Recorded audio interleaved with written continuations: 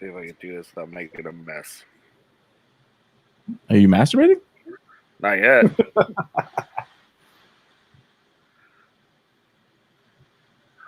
Maybe I'll do it on the show.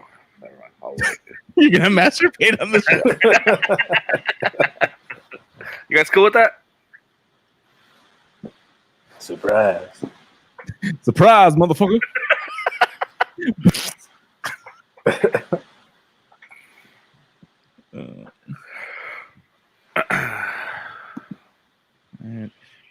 Ryan, go ahead and share it on Facebook. I'm gonna do that right now too. Yes, sir.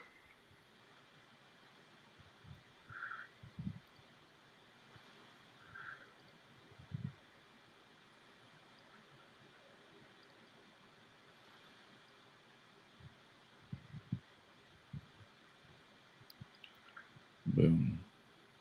Boom. Fucking boom.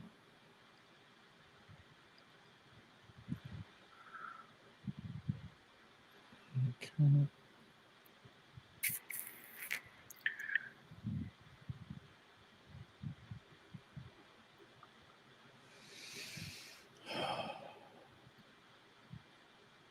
All right. Let's start the show. 9, 8, 7, 6, 5, 4, 3, 2, 1.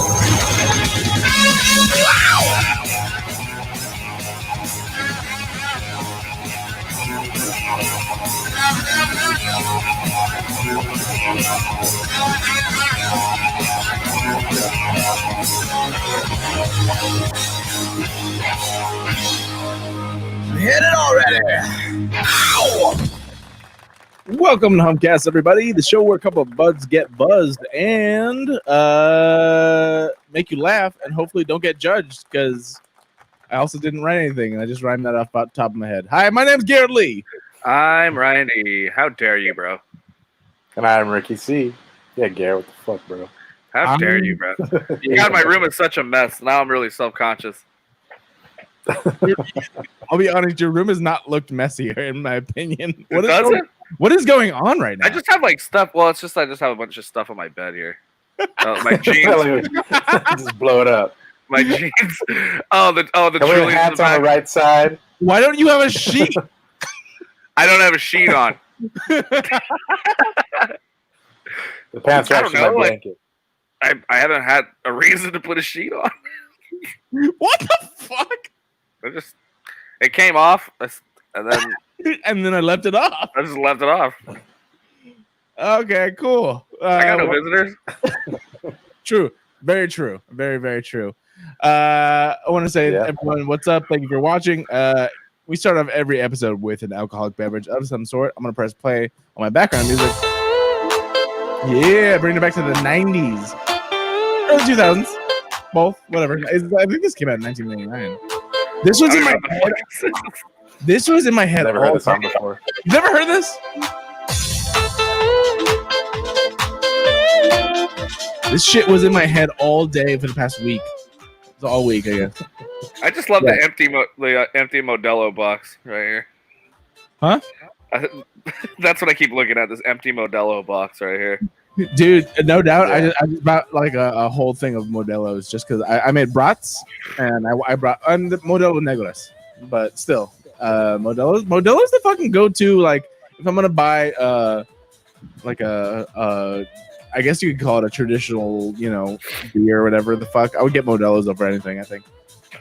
Yeah, I slammed like 2 18-packs the other day. Oh, fuck! No, just not by myself.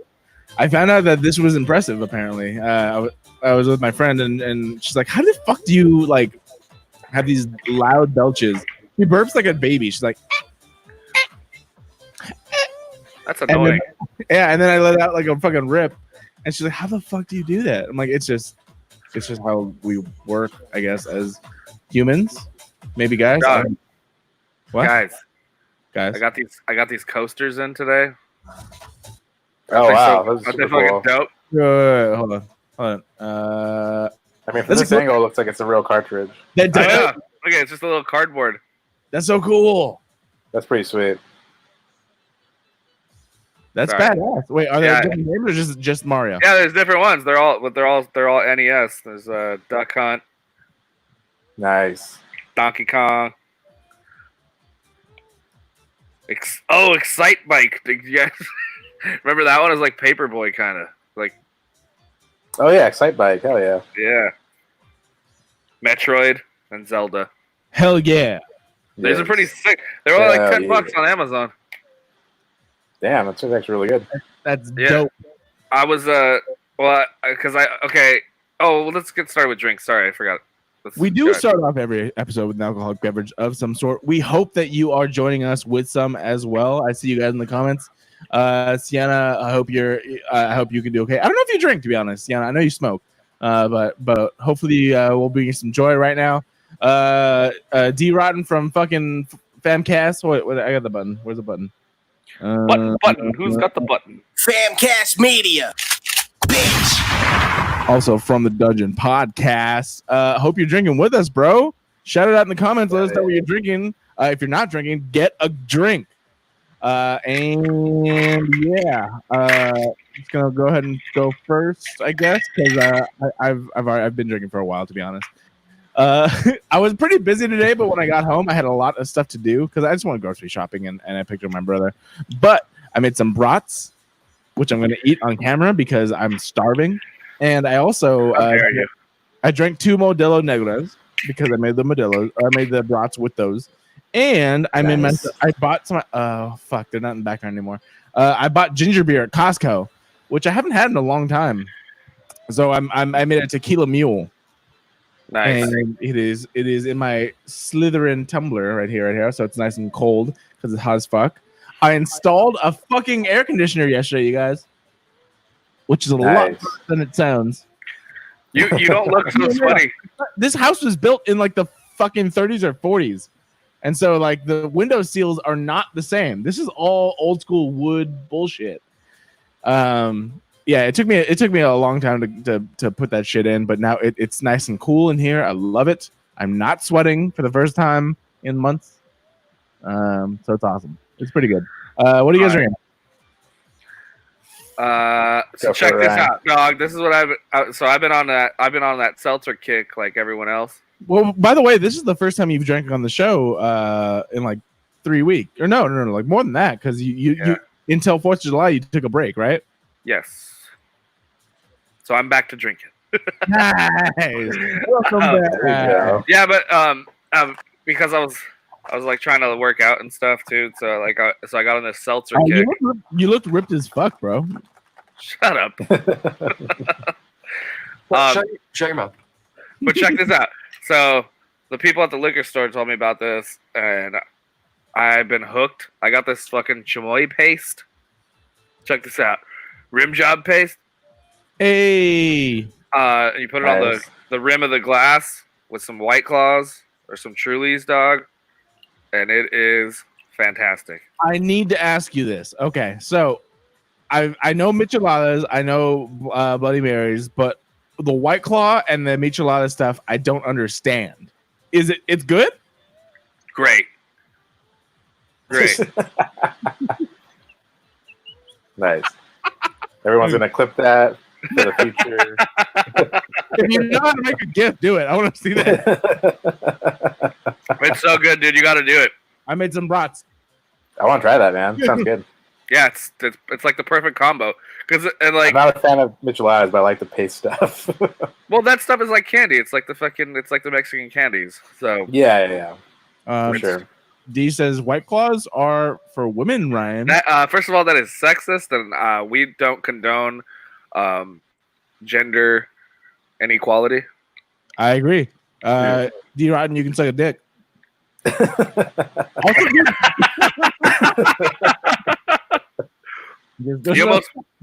What? Okay, go, Ricky. What are you drinking? Oh, actually, I got this the other day. Cheers, motherfuckers. 3. Oh, nice. Motherfucker. I also have something else, but I'll get to that. Go ahead. Oh, cool. So, yeah, this is a collaboration beer from Beer Thug Life. And, I want to pause you. Sorry, I want to pause. So I'm drinking tea. I got a fatty liver. The fuck? So why are you talking shit, bitch? Get off my fucking level. Good, but I'm just saying, like, don't call out someone for drinking a White Claw if you can't drink alcohol. Period. You're just jealous, bro. It's okay. No, it's understandable. Oh, okay. Yeah, just Ryan Gray. Apparently, okay. there we go. Ryan cracked on me. I believe it. Drinking White Claws. I believe that. Also, especially, I told you guys about fucking TikTok, and this motherfucker's like, "Fuck TikTok. That's for like children and gay ass." And like I don't know. You said fucking stupid. Like you were totally against TikTok, and then I don't know what you're saying, dude. You're making stuff up. You guys are just making stuff up, dude. Yeah. What are you drinking, Ricky? So yeah, anyway, this is Cheers Motherfuckers 3, and this is a collaboration beer with Beer Thug Life and local craft beer out of Tehachapi. So they've obviously, this is the third one that they've done. Tehachapi's a Pokemon. It's also placed in California. It's very far in the middle of nowhere. What'd you get that? But yeah, it's a triple IPA, hazy, and it's 11%. Fuck. And I also have the glassware to go with it. If you can see. Okay. Cheers, motherfuckers. It looks good. Fucking fellow Humpcast. Rosio. Yo, we miss you so much. I know you. I don't have it on my soundboard, but I know you don't like wearing boring clothes. Boring clothes. I'm drinking. How has she been? Why haven't we had her back on? We should get her on next week. I'll talk to her, dude. The last time we had a guest, like I mean, granted, it's up to your internet connection. She couldn't even hear us like half the show. Yeah, I know. I did hit the mics with Jen Murphy, and that one was like pulling teeth. It was really hard. Yeah, her connection was really bad. I think I'll talk to Rocio and see if she wants to come on because I think she would. But she's drinking one beer for each of y'all right now, bro. Rocio outdrinks all of us. I think on the daily. She parties. Rocio is like my fucking ride or die drink partner. I love her. Let's see the TikToks. Oh, Ryan, there's a TikTok. I'm fully talked, bro. You're fully talked? Gotta see him. We'll link him. I want a cup like that, Ricky. Hi, miss y'all back. Oh, we love you. Yeah, dude. Well, I'll reach out to Rocio for sure. Maybe next week or the week after or sometime soon. We'll see how our internet connection works because that's the hardest part. I'm not having anyone like I want to fucking see like. I don't know if you guys have noticed that mine is very smooth this time and seamless. Yeah, there hasn't been any problems on this end. I got some new equipment. Mm-hmm. Nice. Found some shit on OfferUp for like dope prices for like some pretty good shit. So my MacBook I had took a shit, so like I had to get something else. And that's what do you mean? What happened? I was gonna ask Ricky to help me with it, but it was a reason the thing wasn't gonna fucking get me through what we needed to do anyway. So like it just wasn't running smooth. It was just outdated. Everything I was running on it was just fucking just giving it a hard time. It was really trying to drag through that, but I upgraded the RAM, which helped a little bit. But it's kind of a inside joke with me and Ricky because I had the biggest issues with my brand new computer. Yeah, I know. We talked about this last week, 2 weeks ago. Yeah. But yeah, RAM is a big issue, you guys. Don't make or break your shit. He's drunk already, dude. God. I haven't eaten all day. I drank 2 of the Modillos and about half of this already. Oh yeah. But anyway, so I got a new computer and everything's been running smooth and I'm just so happy. It's like things are fucking running awesome on this thing, and it looks good. It feels good, and it was a great. And I scored on this deal too. So cool. So you got a new computer too? That's what I'm talking about. I got this. That's what I'm on. I got a new computer. Is it like a full desktop or a laptop? I got an iMac, a 2012 iMac. So an older version, but it's on the new OS, 16 gigs RAM with 2 extra stick places, and terabyte. It's like It's just, I mean, it's like brand new. This fucking guy just like, I mean, he wiped it and took care of it, and I just bought it off this dude. So Nice, man. yeah. Ryan, camera kicks ass. Is it the same camera? This is the Mac camera. No, I was gonna we said this before we started, but your camera looks a lot better. So Yeah, this is the Mac. You kind of bought a camera that you didn't. Yeah. Necessarily. Yeah. Well, I have the other one. Nice. That one, I don't know what the fucking deal is with that one, but I guess this is much better camera, I guess. But it's it's in there, so I can't like move it around, for other things. Yeah, it's kind of a fucked up time to get a camera anyway. Because Ricky, you got a camera, and that was actually kind of that's why you ended up using your phone for a while. Yeah. I couldn't find one for the longest time. What, a camera? In the midst of. Yeah, it was like right in the midst of everyone working from home, so they people just bought jacked the prices up so fucking much. Like the one that, that's what you're talking about. Like the one that you have, Garrett. That shit was going for like $150. No, more. The one I have was $70 when I bought it. Probably went down at some point, and then when we checked last, it was like almost $2. Ridiculous. Yeah. It was like and I bought one similar to that one. Maybe it was just like the same company for like $50-$60 like maybe a couple years ago, and I couldn't find it, so that's why I had to reorder another one after all this shit. And and that one was $80, and it's like fucking $720. It's a piece of shit. Yeah. Yeah, it's just like there was no real market for webcams until everyone had to work from home. So everyone had to work. Now they're like struggling to catch up on all everything. Because if you think about it, I guess Ricky has a kind of traditional job, but not really, to be honest. Almost everyone that was like, all right, we all need to work from home now, needed a fucking webcam. Yeah. That never even thought they would. And so it's like, I think we're actually very lucky in that sense, where it's like, we all kind of had all the shit that we needed, to be honest. Yeah. Yeah. Yep. Got a green screen on the way. Oh, what? Nice, dude. I have a green screen on the way too, Steve. Oh, that's awesome. Steve bought a green screen. That's one thing I was thinking about. One thing that I bought that I didn't realize that I would need, because now I spend way more time in my camera chair or my computer chair. Yeah. This thing is not fucking living up to how much it was at all. Like literally, if I lean back, this is the full upright position, you guys. Upright. That's upright. It's like it just keeps sinking, and it's not good. But I obviously haven't spent more time than I have in the last what was it? How many 4 or 5 months than I have ever. But I bought it about a year or two ago, and so I literally bought a new computer chair. I'm so excited for that shit to come. It should be coming in the next 2 weeks. We are spoiled with Amazon Prime. I wish I had it now, but we'll see when you get that new chair. Yeah, I get so frustrated when I have to wait for shit. What the fuck is 4 days? Fuck you, dude. Bullshit.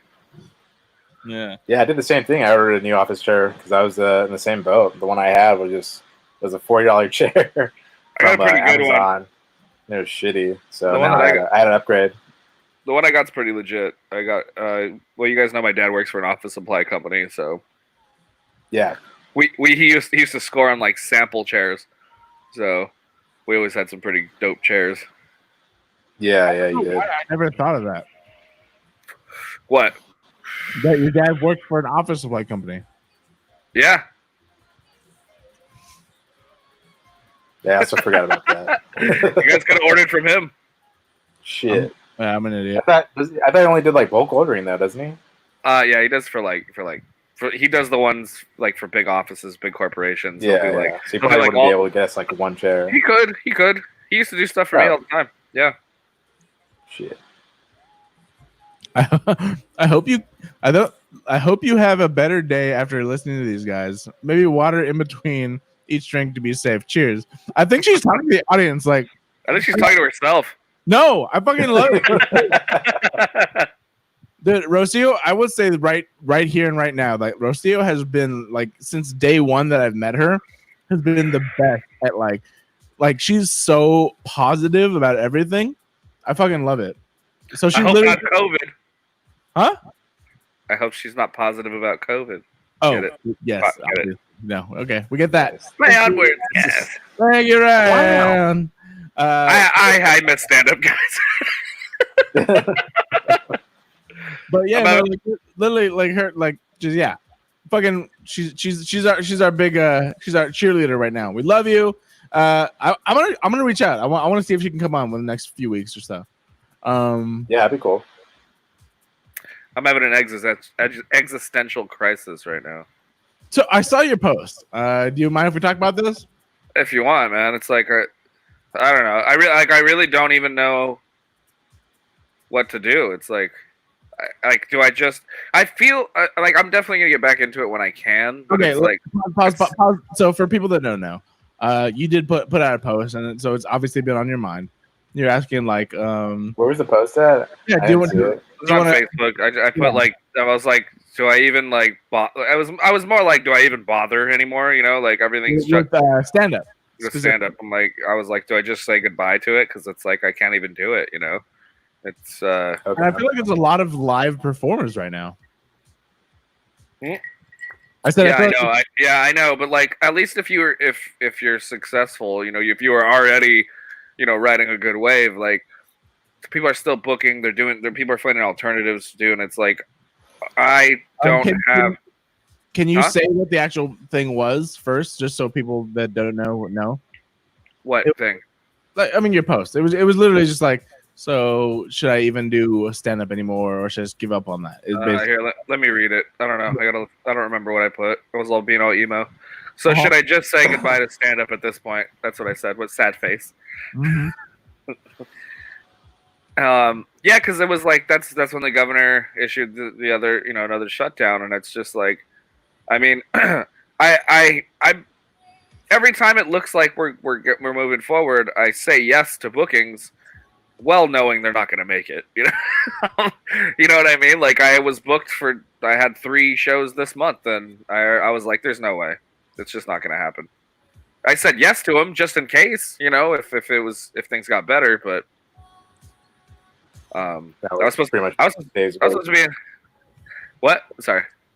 So, but now we're pretty much back to phase 1. Yeah, exactly. And it's like we're back, you know, back to square one. So it's like, you know, I don't know. It's just frustrating because like I do have these things that I'm gonna do and that I'm planning on doing. That's, you know, I've been sitting here fucking ordering equipment and doing all this other shit, like much like I'm sure Garrett's been doing, but so I have all these other ideas and things that I'm going to be doing, and I've already kind of tapped into it. You know, you guys have seen like the promo videos I've been doing for like Hit the Mics and stuff. Yeah. And, good. I was like, oh, you were taking it seriously, and I love that. Yeah. So I'm gonna be doing more of that. Steve and I are actually gonna be doing more stuff like that, and we also have this other guy from CBS that we met at a writers mixer that is going to be kind of jumping on board with us too. So yeah. And, what? You kind of froze, Ricky. Ricky's asleep. Oh, What? I think he's looking down. Texting my dad. Oh, okay. No, I just heard you talk. I didn't hear what you said though. I think it was Garrett. I didn't say anything. Oh, what'd you say? No one said anything. Oh, well, never mind. I'm just tripping. But anyway, yeah. And it's like everyone's like, oh, you just got to find a way to like find your new outlet, switch it. It's like, sure, yeah, of course. Like I'm adapting, but everything's different. Nothing is like what I was doing, you know? Yeah. It's not the same. It's not like, and then the more frustrating thing is no one's watching what I'm putting out. You know, it's like I could do a sold out show and know that there's 250 people there. But if I make a video, it's kind of up to the internet whether or not anyone's going to see it, you know? Yeah. Yeah. So. Yeah, I mean, you know, it's going to be tough in the times that we're in now, obviously. But I mean, I don't think you should give it up completely just because of that. Well, reason. it's not that I want to give it. It's just like, should I just stop? Like, should I not have any hope of doing it anytime soon? You know? It's just. Oh, you mean like pause? Like, should I? Oh, yeah. Press pause. That I would say, yeah, probably. I would honestly. Okay, so here's my whole thing. is we all have our own idea. Like literally, not just the three of us. Obviously, the entire world had an idea of what 2020 was going to be like for them. Oh my god. And I don't think a single person on this planet was like, I bet this is exactly how fucking 2020 is going to be. Yeah, for sure. I'm just saying, to be human is to be, I guess, not success. I don't want to say successful, but like a functioning human being, you have to be able to adapt. For me personally, I mean, you already know. I told you guys about to the internet. Obviously, I was planning on launching a fucking company. I was planning on doing so many things. Like I was fucking primed and ready to do so much shit. Yep. I had three headlining shows at the Ice House this year. Yeah, and then it's just like nope. And it wasn't even like a soft no. It was a butcher's cleaver on my flow. Yeah, done. Yeah, I'm at home. I'm at home, like doing nothing. Like I can't do anything, and everything that I'm good at involves being around people. Yeah, absolutely. Same here. Like what am I gonna do? But that's the whole thing. Is that if you intend on surviving, you do have to kind of do something different. I'm lucky. I know you and I are in different situations. I've never done this, but I have unemployment, at least for the financial situation. But for my mental thing, I fucking have to come up with brand new shit all the time because it's so hard to be alone right now. But it's different, obviously. And I'm just saying it's about survival. Being a human right now is about saying, I had this idea, did not work, and I need to fucking switch gears real quick. So for your comedy, yes, there are all those things, and I know we've asked you where you're not a big fan of online comedy, and I understand that because there's definitely a pros and cons, I guess. I would say personally, in my opinion, more cons than pros.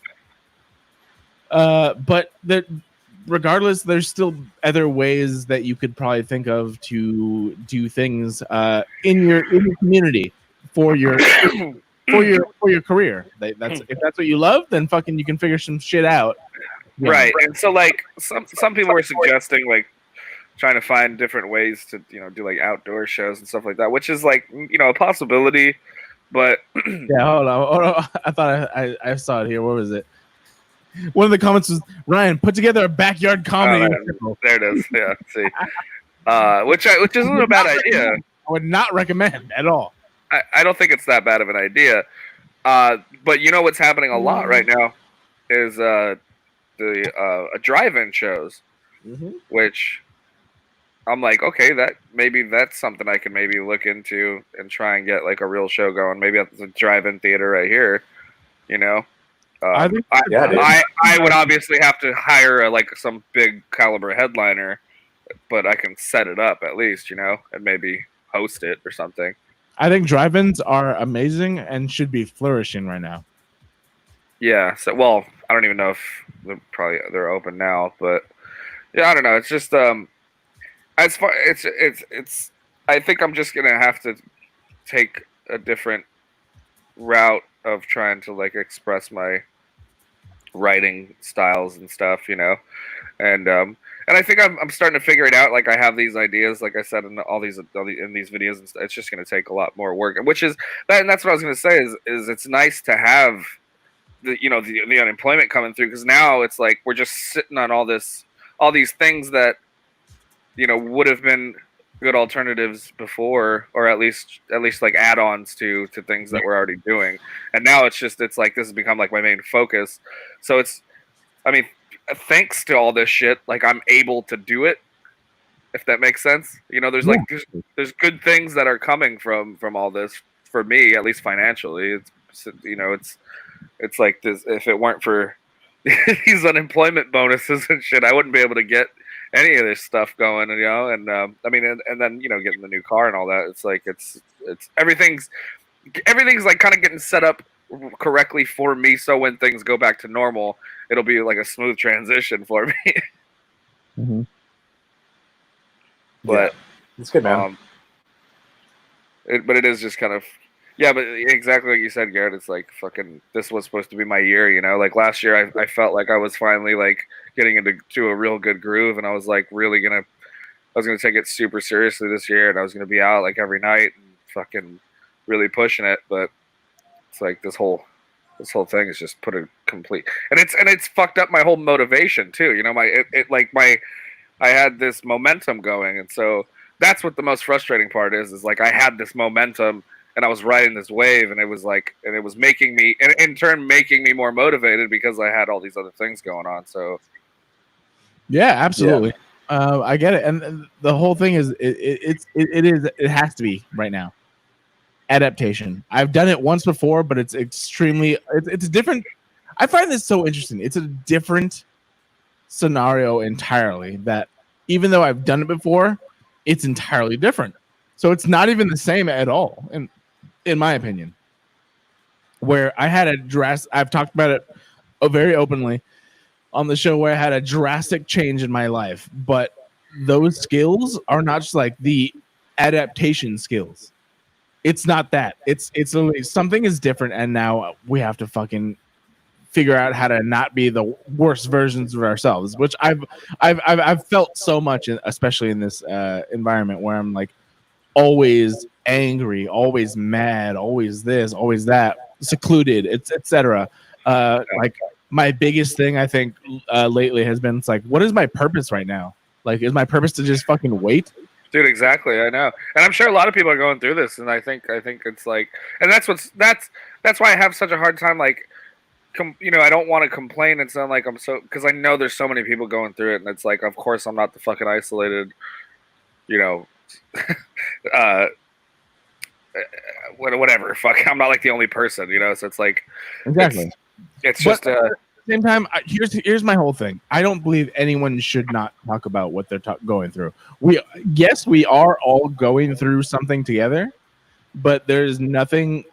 I do not believe that no one should talk about. I don't believe that anyone should not talk about what they're going through.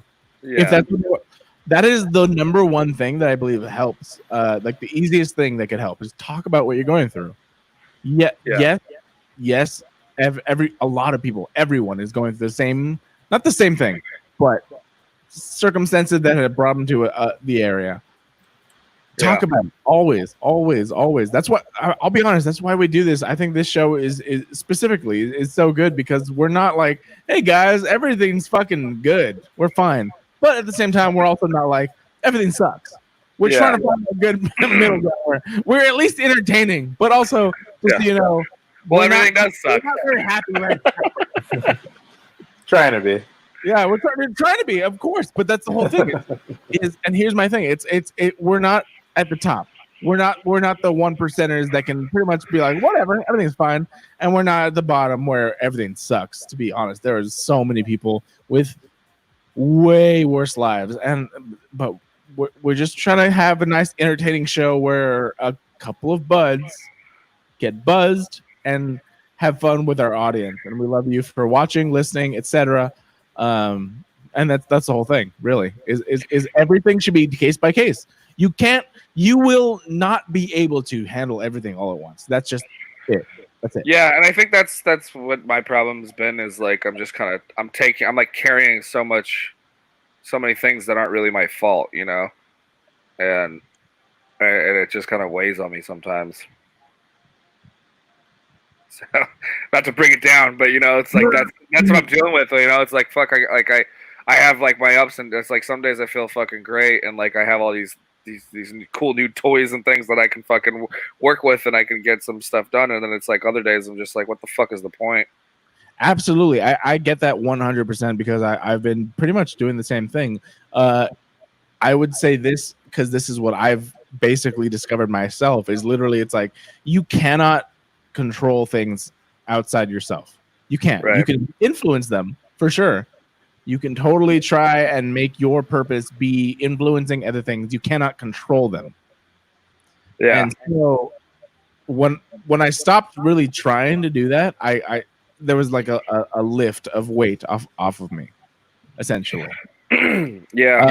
it was like I wish I could do that. Like, dude, there was so much where I was like, dude, this needs to change, this needs to change, this needs to change, and I was like getting so frustrated. I was getting physically ill because I couldn't until I realized that that's exactly the fact. I can add to it. I can influence it. I can be a drop of rain in a storm, but I cannot be the storm.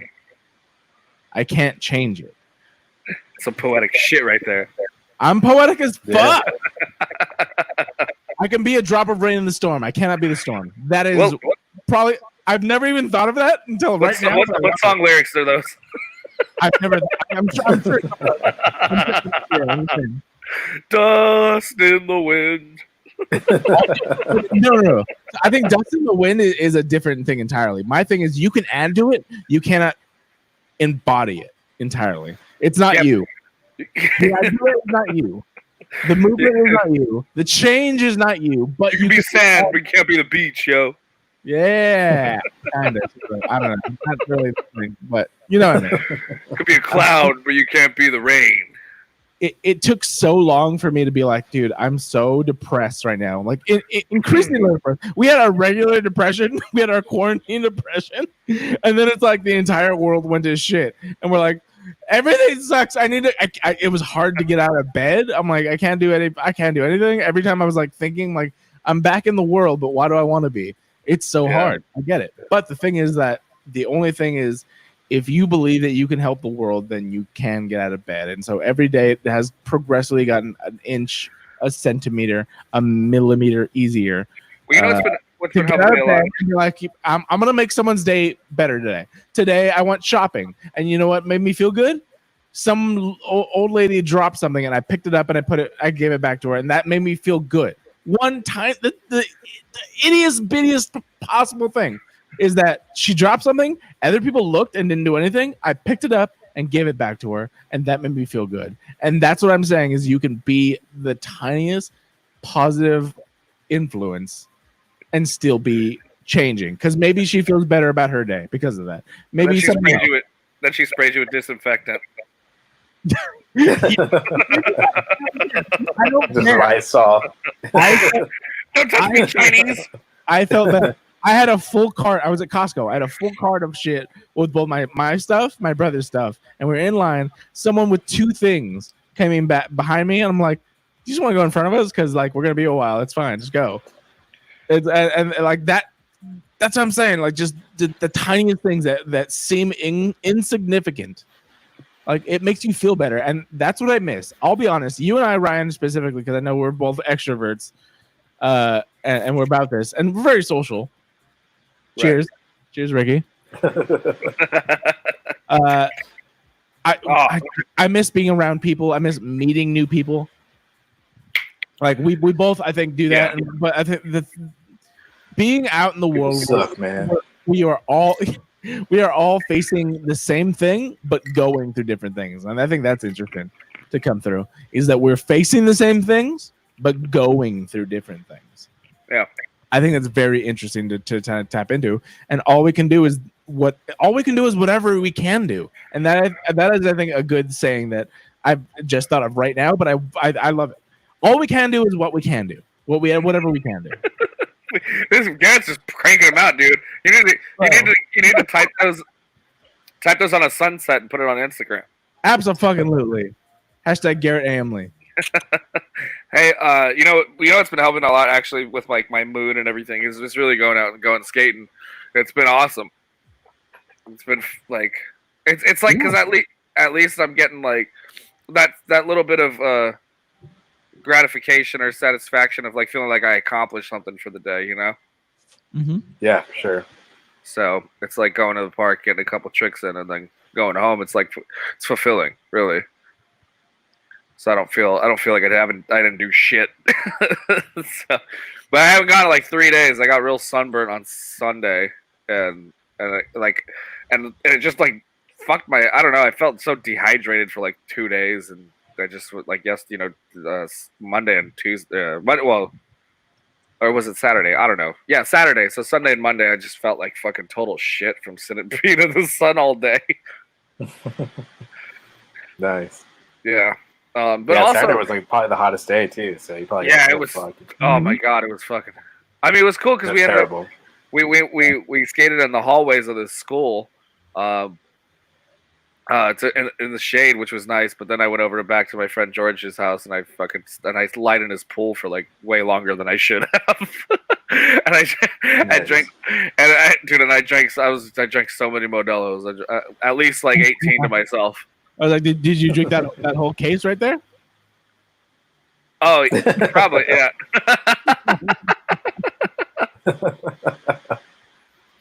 Yeah, but it was a good time, and that's another thing too. I know you guys like you're not really going and seeing other people and stuff, but it's like as long as I feel that they feel safe and they feel comfortable enough that I'm like okay, it's not like, and plus like we stayed, we hung out outside all day. I didn't go to anybody's house. We but besides the point, we sat and talked about this, like skating stuff all day and like where we everything we did when we were growing up, and since we were all connected to kind of similar circles and different skateboarders and stuff, we just had all these different stories. It was just so much fun, man. Like I haven't had that in a while, No, I get it, and truly, here's the thing. Right now, so for me personally, it affected me mid-March, which I feel like is a majority of the U.S. Presumably, spent my birthday in a garage. Yeah. I spent my birthday here with no one. my family barely said happy birthday to me because they thought it was gonna be over real quick, and then they're like, "Oh no, this is not." Like I literally just got a happy birthday from my family, and I was with Jeanette. That was it, and Jason came out because he lives here. But literally, it's very different. I get it mentally. You need to be around these people, especially for social people. It's so difficult. Yeah, I feel at this point, you know that everything has an amount of risk to it. Every time I go out to eat and I see someone's mask below their nose, I'm like, that's a possible risk. Oh my god! Did I tell you about the guy at the gym? No, but I'm just literally letting you know. It's like there's so many risks out there that at this point you will take them against. Ricky and myself are personally just still in that mode where it's like. Yeah, I know, and I get that. I get that, and it's just I respect it. I just can't do it. I'm not like I can't I can't stay here any longer. No, I get it, but it's like with me personally, I have 3 family members that have died within a month of each other because they were close, and they all got COVID. And I'm watching the news, and I'm seeing people older, younger, the exact same age as us. A 30-year-old at a party was like, I thought it was a joke, or I thought it was a hoax. He died. Yeah. Like, and thousands others, hundreds of thousands of others. So I get it. Like I said, I'm not really surrounding myself with people that aren't like, you know what I mean? Like these people have families and they have to mind their P's and Q's and shit. So it's not like. And I'm saying that I get that entirely. I just, for me and Ricky personally, and I'm sorry if I speak for you, but I think I do. At this point, there's no way for anyone to know. Yeah, I get it. Yeah, for sure. I decided to take ease up on everything for 4th of July, and we saw some family, and then the next Tuesday, the following Tuesday after that, one of the people that we were with tested positive for COVID. So, God damn it. Yep. Actually, yeah, somebody that was at 4th of July thing I was at too. Positive. Yeah. So I had to go get tested. Of course, that same Tuesday I found out the day of I went into work as well for the first time in months to go get some work done. So then I had to tell them, and now it's a big old thing. I have to get basically 2 negative tests. Luckily I am working from home, so that hasn't really changed. But I have to go through all this different shit now. It's just because I had to say for work. It's most frustrating that we don't fucking know anything. Yeah. It's like you know what I mean? Like, and the person I was with wasn't showing any symptoms. And that's what I'm saying. And then I think that's why everything is so split and divided down the middle because, it seems like people are getting tested positive without knowing any symptoms or anything like that. And it's like, well then, how the fuck do we stop it then? It's just so strange. This is It's why literally like you don't be around people and wear a mask. Yeah, and that's it. And that's really fucking it. ridiculous. And that's ridiculous. That's ridiculous for anyone to ask that of the entire world or this country. You know what I mean? I vaguely agree with that for the most part. That yes, you can't control everyone, but it's for people that are in these countries that totally get all the information that they can, for them to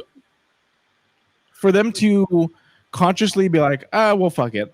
I'm sure it's not gonna affect me, and I won't wear a mask. That pisses me off. Yeah. Yeah. Like literally, I went to go get fucking food. Someone walked in without a mask and just like grabbed his food. I'm like, cool. Maybe we're all infected right now. Maybe that fucking thing just did it. Like he doesn't know. We don't know. But the thing is, he couldn't just muster the fucking courtesy of let me just wear a fucking mask to make people feel better. But You know it's also the establishments too. This is the worst thing. If someone like myself, someone like Ricky, someone like other people who are have been trying their hardest to just be socially distant, whatever, get it because of some asshole on the street, because of some random careless person that sneezes on a piece of grocery or something that we pick up, like anything like that. That's the worst right now. It's like we get it. There are people out there that have been living their lives forever and not stopping since March. You know what I mean? And they haven't done it. But then there are people that are like us that just are unlucky and grab a fucking grocery item and get it. Yep. You know what I mean? Or walk down the street and someone sneezes and it fucking Pocahontas air into our face. And that's and therein is pretty much where my fucking logic comes from. You know, it's like I'd rather get it in a blaze of glory than being completely safe and then still fucking getting it. Which I understand, I really do, my friend. It's just I'd rather control it. Control it as much as I can. Yeah.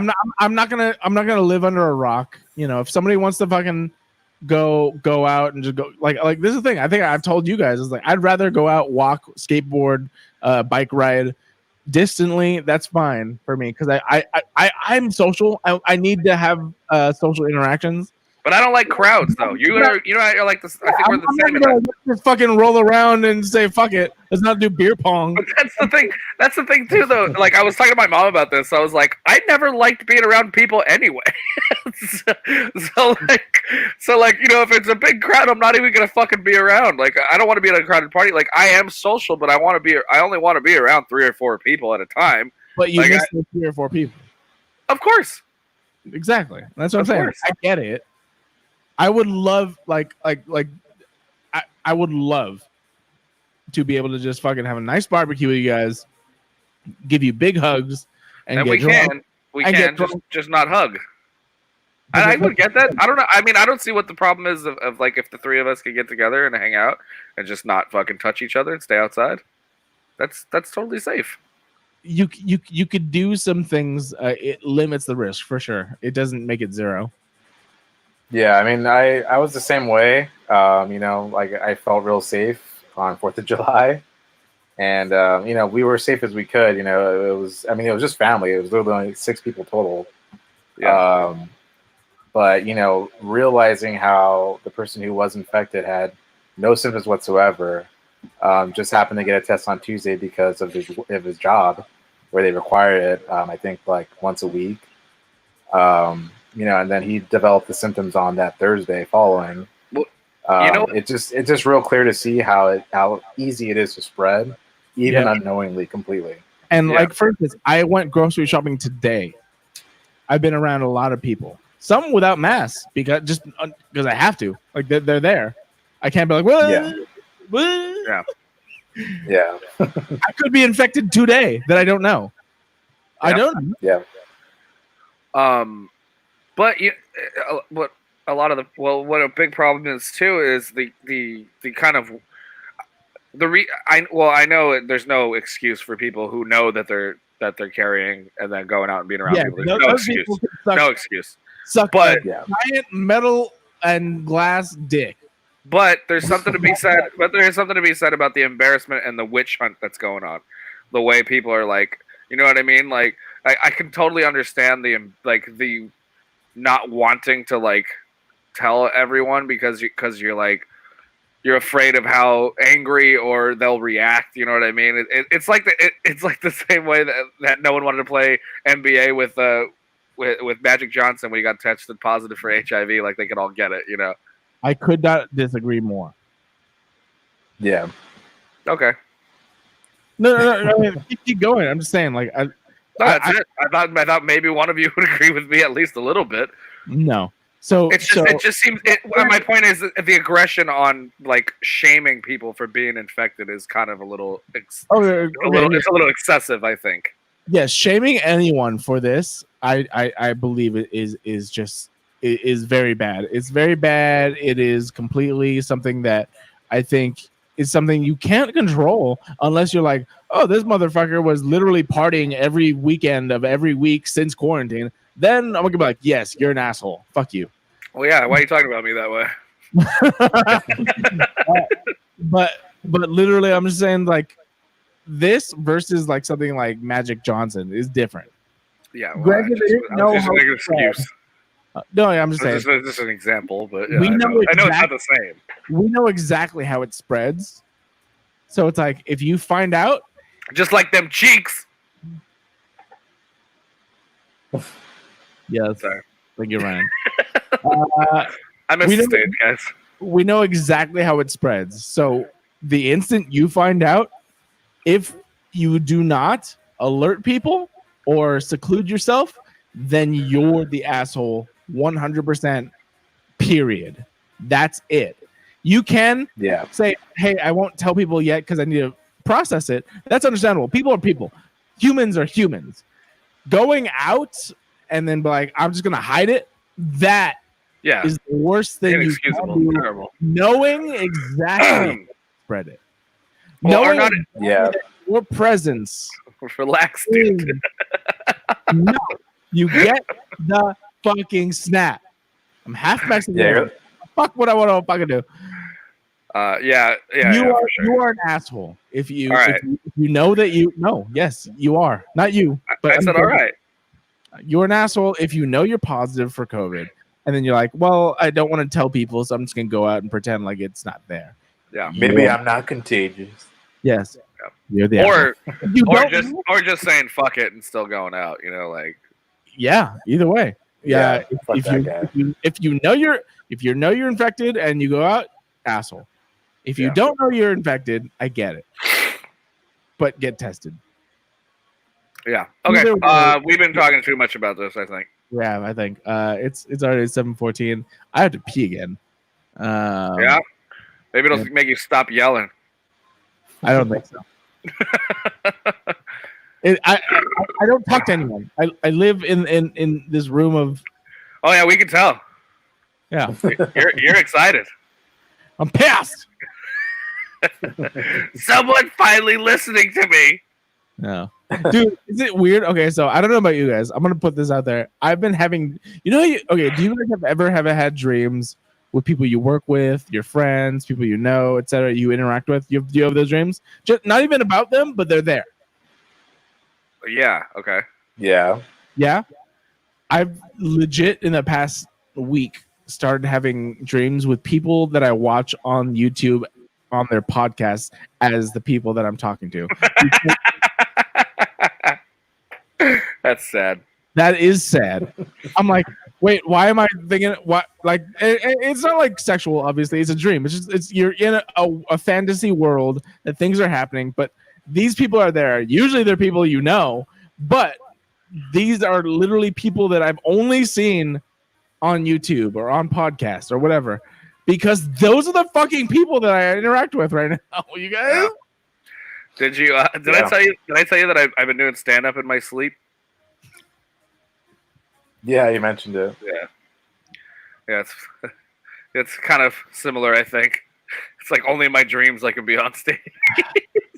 It's so crazy. It's so weird, like just what this is. Because it's like even I just had dreams I'm in the office again. But the way that like I talk to you guys, talking to you guys is not the same as watching people every day doing their shows. Obviously, pretty much same format. To be honest, like everyone's doing a Streamlabs or StreamYard fucking podcast, but I see them every day. So those are the people that are now in my dreams. Yeah. I'm going crazy, you guys. It's not that crazy. But I know.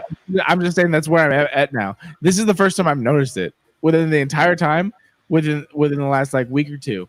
Now I've started to have dreams with the people that I see only on YouTube. Right. So fucking crazy. All right, but we are gonna move on. I do have to pee, so we're gonna go straight into Ricky. what? Ricky? I was gonna say Ryan, but we're gonna do Ricky. What? Ricky? I already talked about everything I needed to talk about. Oh, okay.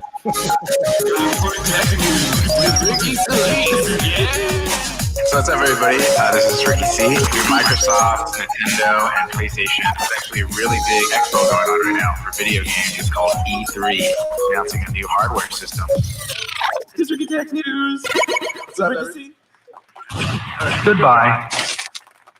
Yay. Yay! All right. Yeah, actually, I do have some stories today because there is a lot going on still, besides just the world shutting down. And I guess this would be bad news for some people, like Ryan and Garrett, and for all you Zoomers out there watching. Oh yeah. The U.S. is apparently looking at banning TikTok and a couple other Chinese social media applications. So out of the what they talk about, the other social media apps from China, the biggest one that would affect us here would be TikTok, of course, because even though I do not have one, I know it is a very popular app between a lot of kids and Ryan. I only have it because it's like the new medium, and and there's, I don't know, I'm kind of bored of Instagram anyway now, and like I said before when I was talking about like putting up content, it's like no one fucking sees it anywhere. And if I put it, on TikTok, I got like 50,000 hits on like a skate clip I put up. Like, oh wow, yeah, crazy. It's crazy. I put the same fucking clip on Instagram. And I got like 10 likes. Yeah, I mean, there's definitely something there as far as like the reachability, and because it is so popular and new, there's a lot of people, getting into it for the first time and really using it. The problem is that this is I believe this company that actually owns TikTok is out of China. It's China-based startup called ByteDance.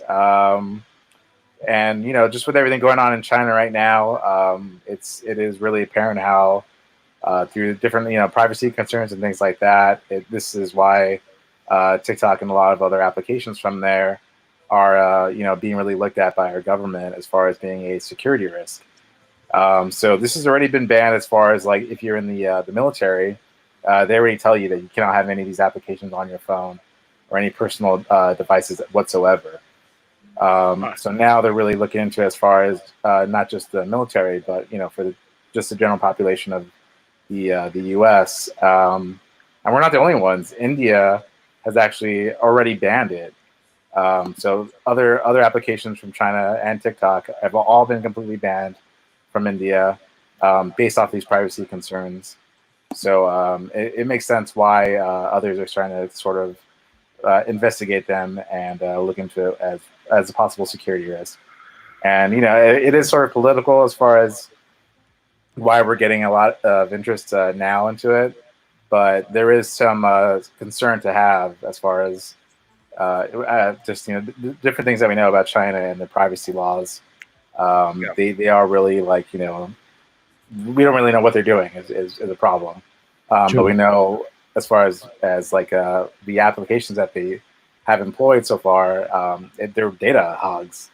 I mean, they're sucking up so much different data, personal data, you name it, location data, names, videos, photographs. They're really big into facial like recognition, things like that. So we just don't know what they're using all that information for. I mean, it's the same with us too. Obviously, like it doesn't matter. I guess I would say if it's a U.S. based company, like Facebook, for instance, we don't really know what they're doing with all that data that we put into there. But we just, from the things that have sort of leaked and come out, we know that. Yeah, exactly. What? We just know that they're being very careless with all this data that they have. Yeah. So that might be happening pretty soon. Who knows? I hope so. Then we'll get back to one medium. Yeah. If anything, that's maybe the one good thing. And all this other security stuff. Yeah. I don't think that's gonna be a thing. I think if that happens, there's gonna be another thing that pops up out of nowhere. American based probably, or whatever. Ban it. I don't think that's gonna happen. I think what they're gonna do is somehow work out some sort of like terms that they can have, or they'll get some sort of U.S. version or something like that. That's what I think the most, because even now, I mean, in this pandemic, we've seen that like once things happen and things needed to happen, Zoom was the thing that I think everyone flocked to for meetings and having to have communication with video conferencing, and then almost immediately after, including StreamYard, which we use right now, they all started to sort of be like, "Oh no, you can do this now. You can do that. You can," which is all just essentially doing what Zoom could do. Facebook included fucking House Party. There was a different app. StreamYard, of course, now like Discord. Everything's trying to be like, "Oh, this is what you wanted. Well, now that you have to, you can come to us. You can come to us now." Yeah. Everyone's pivoting to the new age. I believe that if it comes to the banning of TikTok, an American or allied or whatever the fuck, I don't know, whatever, a company that they like better will have an app that they're like, all right, we'll go to there. There's already been talk about matriculation from TikTok stars to go to somewhere else if they need to. I did not catch the beginning of it. What's the whole reason? Because in my opinion, like, the same thing with even back in the day, it's like putting tape over your camera. What the fuck does that matter? I'm not a government agent. I don't fucking do anything. If you watch my camera 24/7, you know what you're gonna see? You're gonna watch me walk naked to the fucking fridge, make a grilled cheese, and then walk over here, eat it, and play Valorian. Yeah. The best thing I can sort of say, as far as like if I had to try to relate it to like sort of anybody, would be like, would you just go and hand your cell phone over to a random stranger and say, hey, you can look through all of this. I don't care. You have full access to it. Here's my phone. I couldn't do that with a jealous girlfriend. Yeah. So, I mean, if you can do that, I mean, hey, great for you.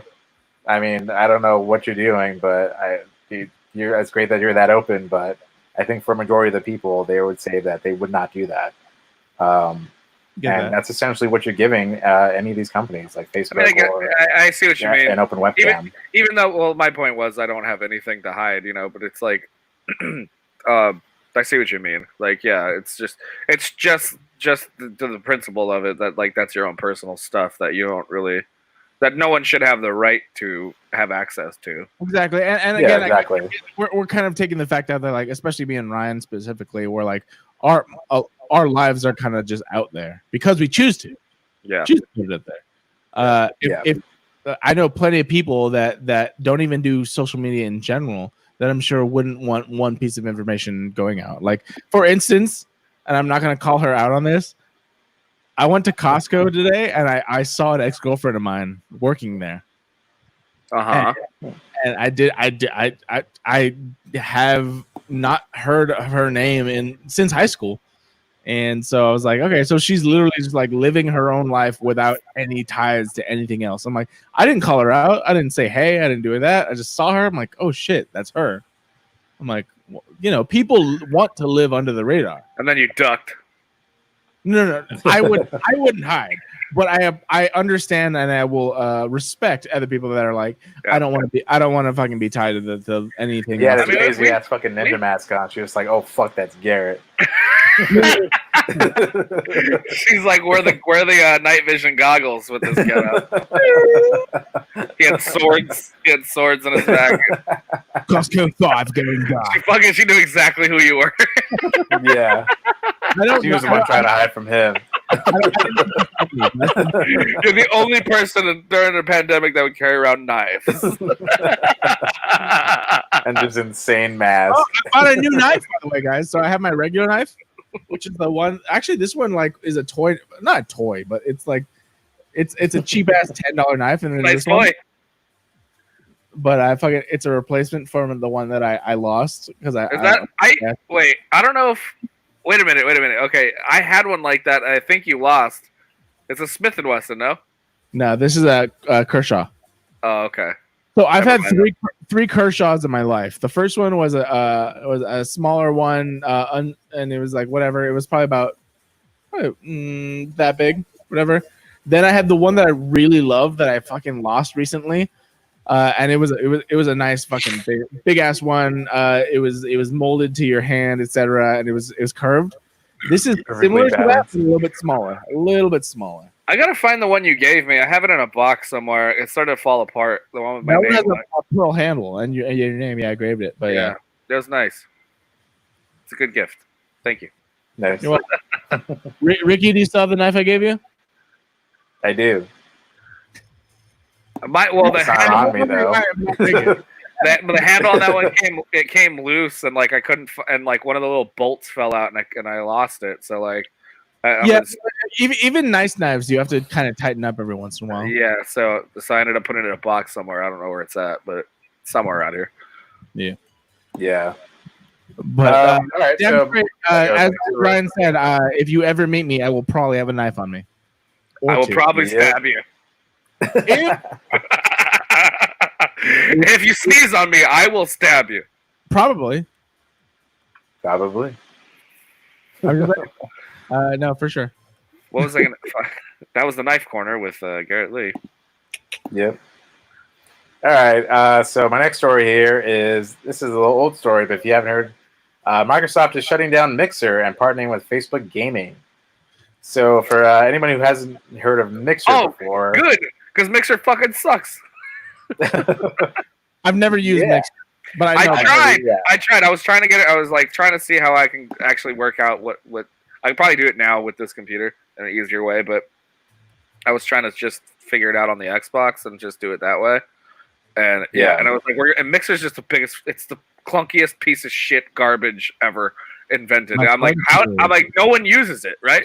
Like that, and even it was just, I was like, why even bother? No one's fucking on here. No one's watching these things. Yeah, so so anyone who hasn't heard of Mixer before, it basically is a streaming service for video games, really for, I guess, anything you want to live stream. It was another service similar to, if anyone's ever heard of Twitch before.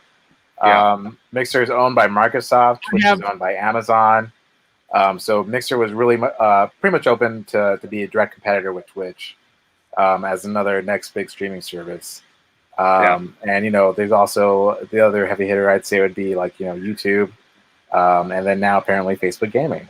Well, Facebook's been hitting it pretty hard with the gaming. The gaming stuff on Facebook's been like huge. That's where everyone's at, and they have like a little like donation buttons and shit now too. So like people can just straight donate to these people. These people are fucking that's why I wanted to get into it too, because like everybody who had any sort of other medium is now just doing fucking game streaming and making fucking. That's what they're doing. And during this quarantine thing, this whole lockdown. It's like, yeah, for sure. It's like any fucking person that had any celebrity status is like, I know how I can fucking get more money from children. And yeah, pretty much. So actually, Mixer is still alive right now. They plan to completely close down on July 22nd. So if you happen to be on there right now, and for some reason you didn't know, it's gonna. No end. one's on there. I'm telling you, it's gonna be gone, and no one's gonna even notice. So here's the craziest thing. So this is the craziest thing about this. I'd say back in like November, December of last year, when Mixer was starting to get like sort of a lot of traction. And Microsoft was throwing a lot of money out there. They actually poached a couple of really big streamers that were on Twitch before. So they kind of poached them out. A big streamer that they took out was the streamer Ninja. Yeah, who's really big in Fortnite, different other video games. and another guy called Shroud, who's just another sort of first-person shooter god, and he's always on Twitch before that. And they basically they never talked about how much money actually switched hands, but it was estimated between 20 to 30 million for Ninja, and it was estimated between 5 to 10 million for Shroud alone, just for switching over from Twitch to Mixer exclusively. And now that they're closing down, then they're out of the contract. Right? Yeah, they're out of their contract. So these people that they paid for are now, basically taking these bags of money, and now they're free agents once again. Yeah. So it's just insane how much. What's up? I didn't know that Ninja guy was on that. I thought because he's on Facebook too. I guess I don't know. But it seems he could be on multiple platforms, I would imagine.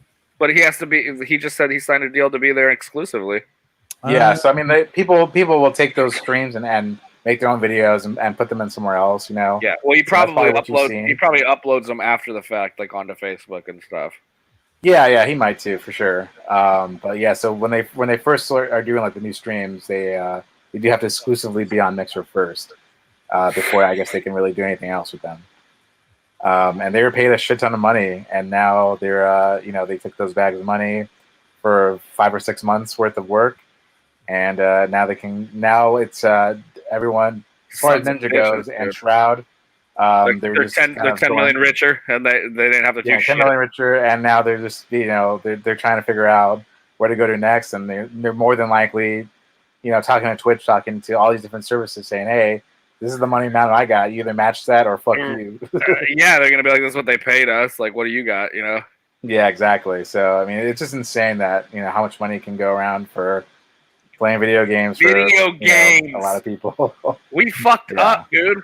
We should have just focused on our video game career. Yep. I think we talked about having a Fortnite back when this is a story. Tutors, we're being Fortnite tutors or whatever.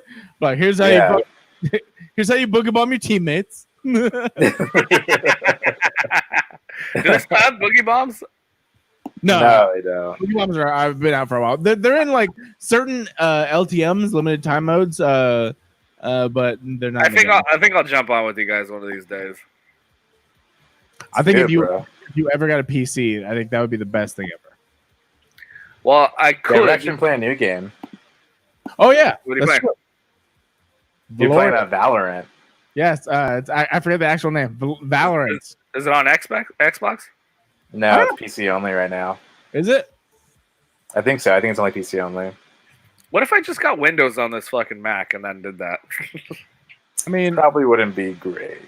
Yeah, Macs aren't known for being great, but I know they're able to play games for sure. Valorant is very new, and I believe I've heard that it takes new shit. Valorant. I'm gonna pull this one up. Why would you even mention a new fucking game if I'm not even gonna be able to jump on with you? Because you gotta buy a PC, bro. I'm not buying shit. Use that fucking government money, bro. Valorant, bro. All right, my next story here and the last one it's talking about Facebook. A nice little transition. There are now many companies pulling their ads from Facebook. So Facebook has sort of been on the, I guess, taking a lot of heat for allowing a lot of these people to have open voices and be very outspoken, whether they're scientifically wrong or not. And they've been getting a lot of heat for that, for having such an open platform, for different hate groups, especially. Our guy Kevin Hickerson has been made it his noble duty to go call out a bunch of these people. Oh, okay. He's been doing it on Facebook, but like all that, it's just like they block him eventually because he'll just be like, call him out like you're not a real doctor. Stop posting these things and blah blah blah blah. Oh, who are you, you troll? He's like, I'm actually a scientist and I know people who are working on this. And hey man, he's doing the Lord's work, bro. Yeah. Kevin Peter. That's why I was like, I wish we could. I honestly wish Kevin Peter Hickerson had his own science stream, calling. Well, that's what he was doing. He was doing for a little bit. He was doing these live streams on Facebook. They're a lot of fun. I would go in and kind of just sit and comment and stuff. Yeah, but I want to. Next. I want to see that because also his posts like is one thing, but him talking is I think entirely different. Yeah. My main criticism is like, what the fuck are you like? Tell me more than just a tiny bit of what you're trying to talk about, because like he doesn't give a full opinion. He gives a headline, and then I'm like, I have to extrapolate what the fuck you're trying to say about this, Ooh. which a lot, Kevin, and then so. Like, I'm like, what are you trying? Like, tell me what's wrong and what's right, because that's the whole thing with science. Is that there can be a lot of things that are wrong, but some things that are right, or vice versa. Yeah. Like, tell me the bits and pieces. It's not everyone involved in this project is wrong. It's not that. It's never that. It's certain things are hitting certain spots, but not a lot are. And let me tell you why. And that's why I'm interested. But I'm like, it's hard to, unless he has a podcast or something where you can explain exactly what's going on that I don't know. Obviously, I'm not a fucking scientist. I guess I want to know. I want to know what you think and why, not just what you think. Because what you think is very difficult, and it allows a lot of people to just be like, well, you're fucking dumb. You're fucking dumb. You don't know what you're talking about. Yeah. Yep.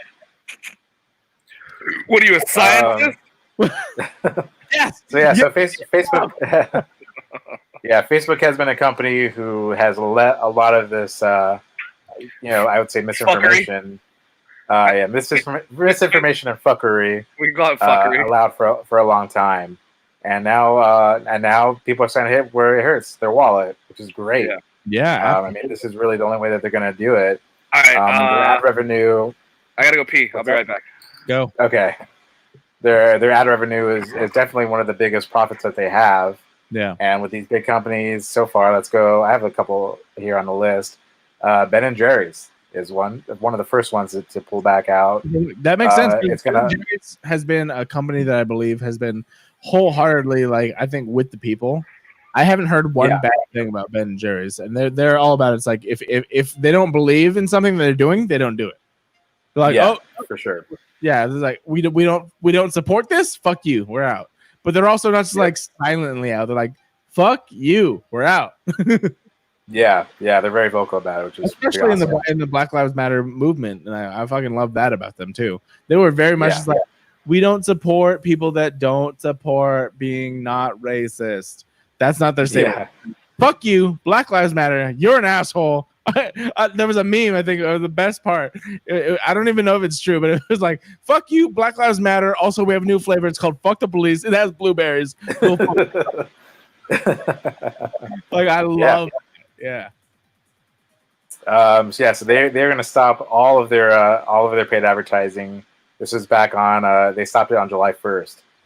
The next one here is Unilever, which is just sort of a really big. This is actually Ben & Jerry's parent company. So it's sort of like the umbrella company that encompasses. I mean, just so many different other smaller companies, you could say. Not Umbrella Corp, right? Not Umbrella Corp. No. It's just an umbrella company. So they set a top of in 2020. That's bad shit right there. Yeah. No. They're just an umbrella company, meaning that they have a lot of. They're the parent company to a lot of. You could say smaller companies, but one of the smaller companies that they own is Ben and Jerry's. So not really too small as far as other companies go, but they are just. It's just one big company encompassing a lot of other ones, pretty much. The other one here is Verizon.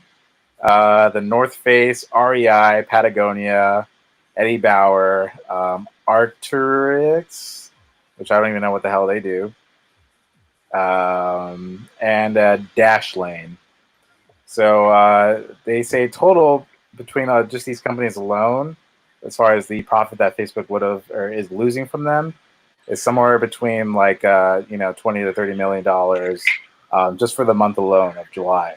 So I mean, this is a huge ad revenue, a huge revenue for Facebook that they're now losing out on, which I think is going to be a good thing as far as hopefully they implement some new policies and they're they can. This is a private company that could do a lot of good, but instead they're choosing to do nothing, and it's the reason why these companies are deciding to pull away from them.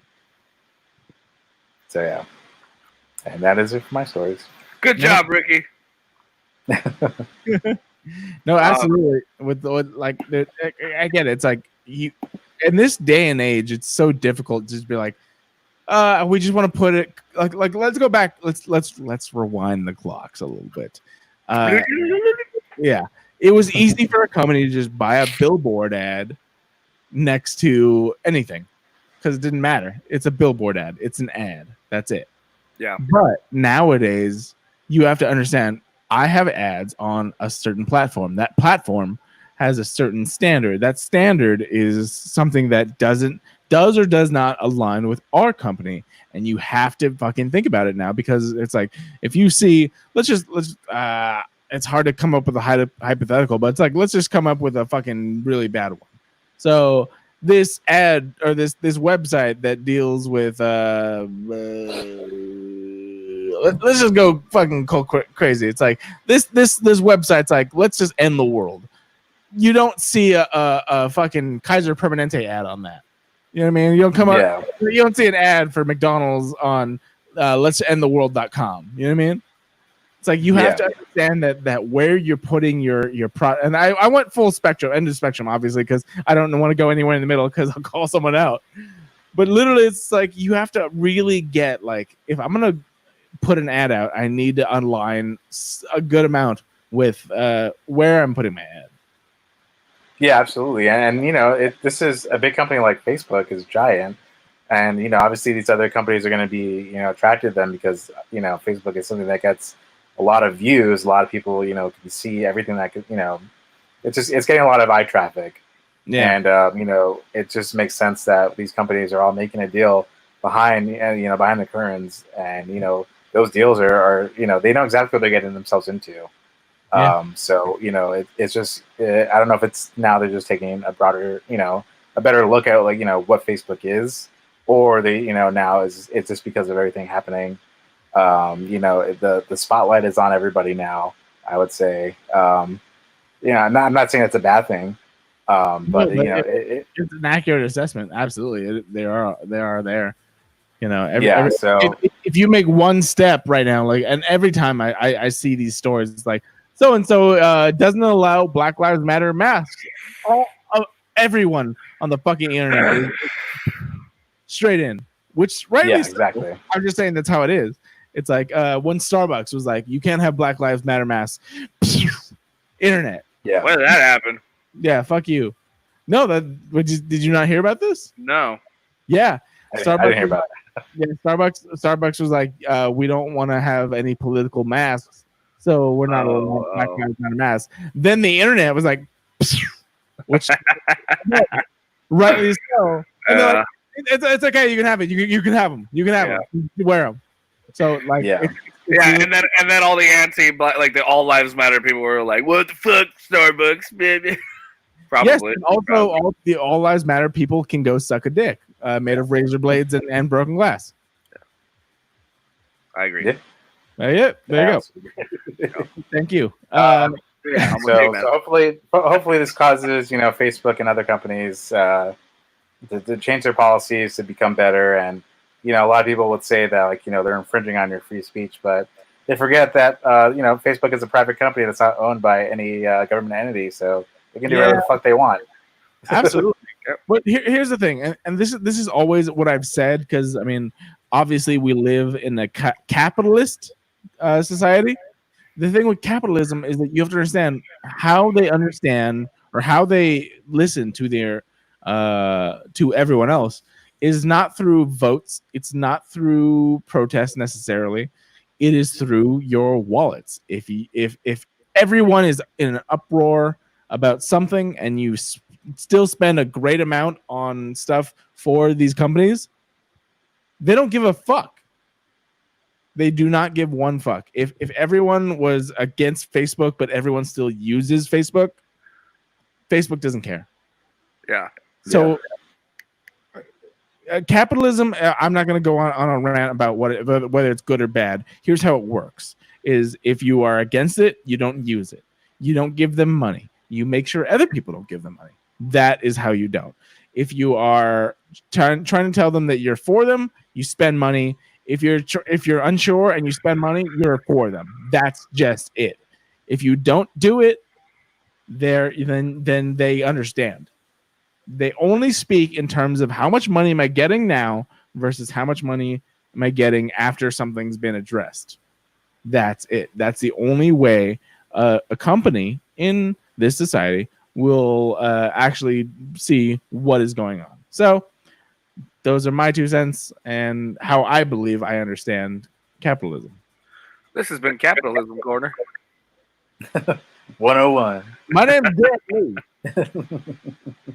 Follow me on So Facebook. that's my stories. And Well, I also have some more for you I got guys. no stories. I just wanted to touch on something that was even in the comments. Was the was it the Will Smith thing? the Jada Pinkett and Will Smith. I'm gonna grab a drink. I'll be right back. Go Do it up. Will Smith. Do it up. Will Smith doesn't have to cuss in his raps to sell records, but I do. So fuck Will Smith. Eminem doesn't have to rap. Doesn't have to cuss in his rap. No, what? Eminem has to cuss in his rap to sell records. That's what he says. Yeah. Yeah, that. But then Eminem switches it. Well, Will Bloodhound Smith Gang. doesn't have to cuss. Yeah, you're right. Oh, sorry, I was thinking of the Bloodhound Gang one. Eminem's got to cuss in his raps to sell records, so fuck Will Smith. Whatever. Anyway, so I guess this, like, I don't really know the exact details of it. I'll bring up an article here, but like from what I could gather, pretty much so there was this the Red Table Talk thing that Jada Pinkett does on Facebook.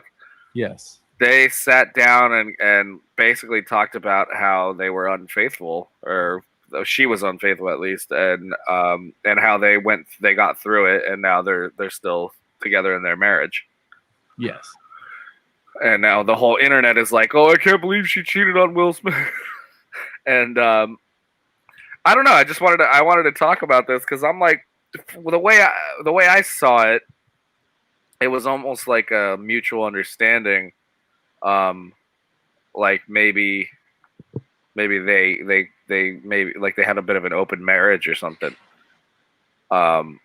They were going through a rough patch, and they were like, we're not sure if we want to actually divorce yet, so we'll just kind of separate for a bit. You know what I mean? Like that's what it seemed like to me.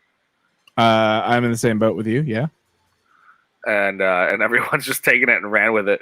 But I saw this meme. It was a picture of Will Smith smiling, and it said when your wife gets caught cheating first. Which I was like, yeah. I mean, I can't. You gotta think that was happening on both sides, right? Like, yo, it's hard. It's okay. So here's the thing. I haven't seen the actual interview, but she was the only one that was public about it. Like, she went on a red carpet with somebody. She was like clearly dating this other dude. So yeah, here's the whole thing. It's like I don't know Will Smith, but if they were let's just say they were let's just say they were on a break. I'm going straight back to Friends on this shit. It's like we were on a break, and so I can see that. So that's what I believed from what I saw of the bit. Sure, and you know what I think? What I think, like a lot of look, obviously, I'm no fucking expert on relationships and marriage, right? But I think what the thing is, people want to take and run with it. You know, the fact that it's like just the action or whatever happened, but not really like marriage is a lifetime thing, you know. And it's actually pretty common that a lot of people don't want to admit that they have these breaks in between, and that's how they fucking get through it, you know. And that's how they have this longevity. They were able to work through these rough patches by, you know, maybe giving each other space and maybe doing these things, and because they knew they still loved each other, and they just didn't want, you know, they didn't want to completely separate, you know.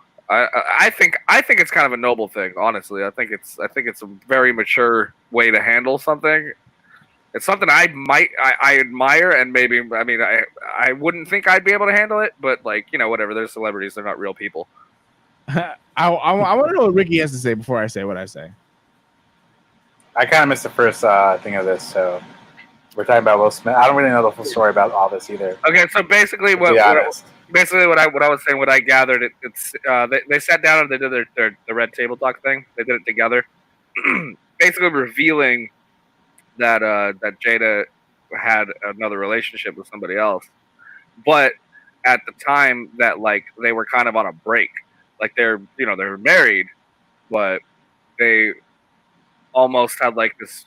They weren't. They were having problems and not making each other happy, and so like basically like Will Smith kind of just let her just like go off and do what makes you happy or whatever, and like don't come back until you're happy. Basically, I guess that's kind of what it was. So it was almost like a mutual understanding kind of break that they had within their marriage, and now they're back together, and everything's fine. Like they got through it, you know. Please stand up. Right. Stand up. Will Smith don't got a cuss in his raps to sell records. Well, I do. So fuck him and fuck you too. You think I give a? That's what I was looking for. Okay. All right. So that's what I was saying. I was saying I think it's kind of I thought it was admirable that they were able to do that and still maintain a marriage. Yeah, I mean, people can get over it. That's cool, I guess. It's noble. It's obviously, it'd be hard for sure. Obviously, yeah, for sure. But like, I don't know. I want to say that's like that's the mature thing that I would want to do.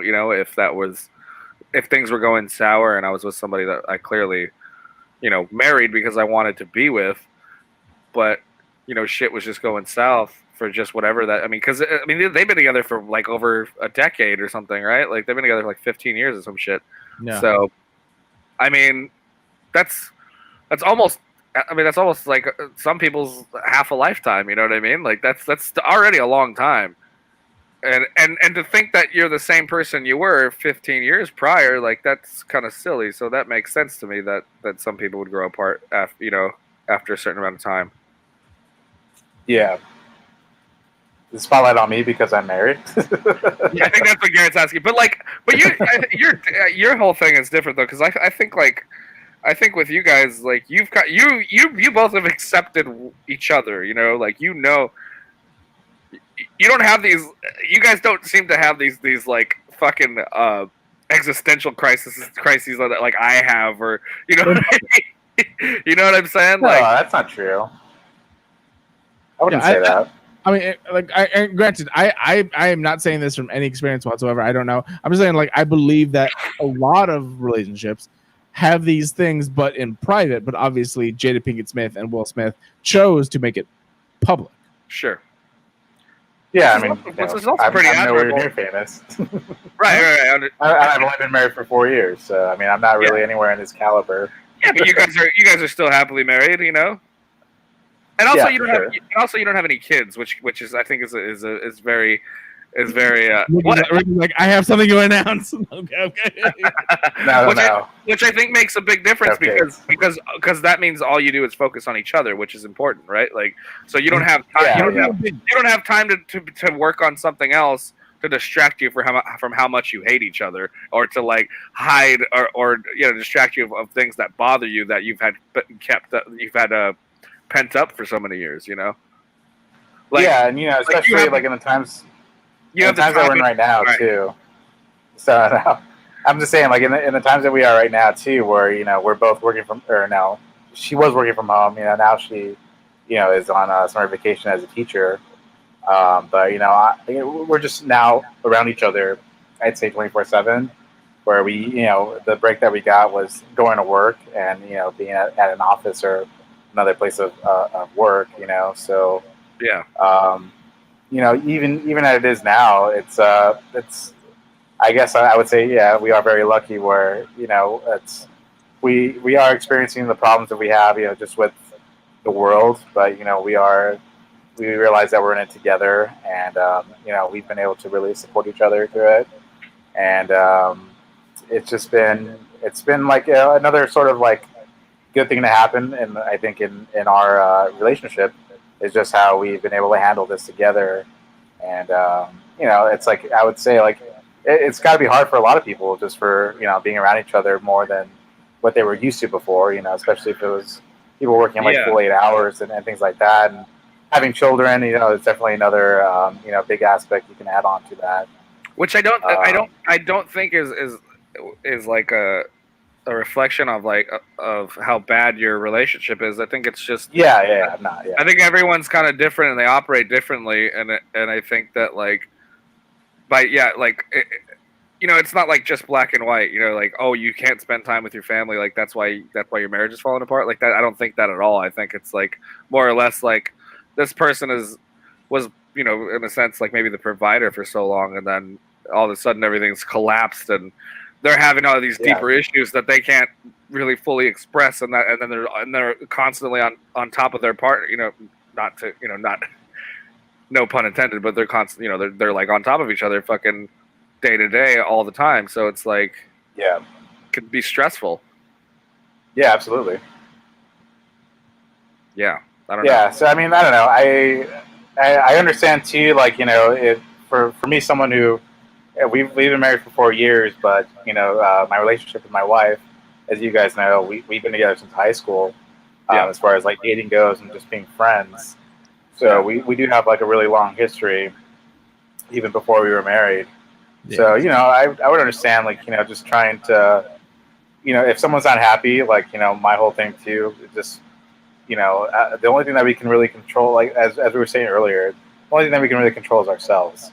So I'd say the ultimate goal you should ever really try to. Are you sure you didn't watch this Will Smith video?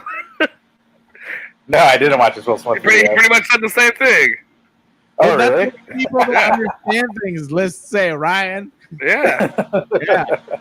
No, I'm with Ricky wholeheartedly, and I fucking said the same thing right now too. Like, not even about relationships. We don't listen to you though. Yeah, I know you don't like listen. Bro, when you got a new car and you were like, this old guy, homeless old guy or something was like, he told me that I forget what it was, but you were literally citing the wisdom of some random dude, and I'm like, I fucking told you that the entire time we've known each other, and your aunt was like, yeah, that sounds about right. Yeah. I'm like, yes, that's my entire relationship with Ryan. Is like I would say something. Like, but we were playing cards. But we were playing cards together, so. Oh. Oh, okay.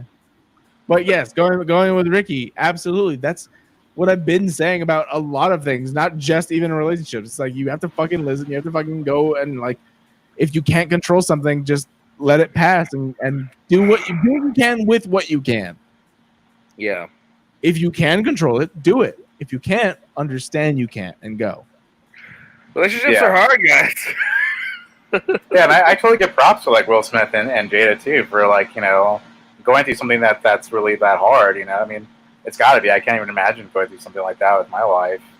After the history that we have together, so it's got to be really hard. And if they can come across that and be cool with it, I mean, more power to them. That's awesome, man. That's what I'm saying. Like, I think it's very like, what the fuck happened to their kids? They're such awesome people and so mature. Yeah. But yeah, I don't know. That's why I was like, holy shit, man. Like, and I think because the uproar on the internet is I can't believe Jada Pinkett would fucking cheat on Will Smith or whatever. And it's like, I don't think did we read the same article? Because it seemed like he told her to do that. Right. Yeah. Exactly. They were on a break. Whatever. Yeah. And again. But also, hold on. What I've learned about the world is that we do not interpret the same sentence, the same statement, the same thing, the same way. We don't do that. Like I'm like, oh, okay, that's like you and I, like we're all like, oh, that's so cool of you guys to like be understanding and get each other. And then someone else like, you motherfucking cheated on him? What the fuck? Yeah, you bitch. Like, who's to say that he didn't start fucking up first, right? Like, no one's talking about that. Like, that's there's no evidence of that, but I'm like, yeah. Well, that's what I'm saying, because he was better at it.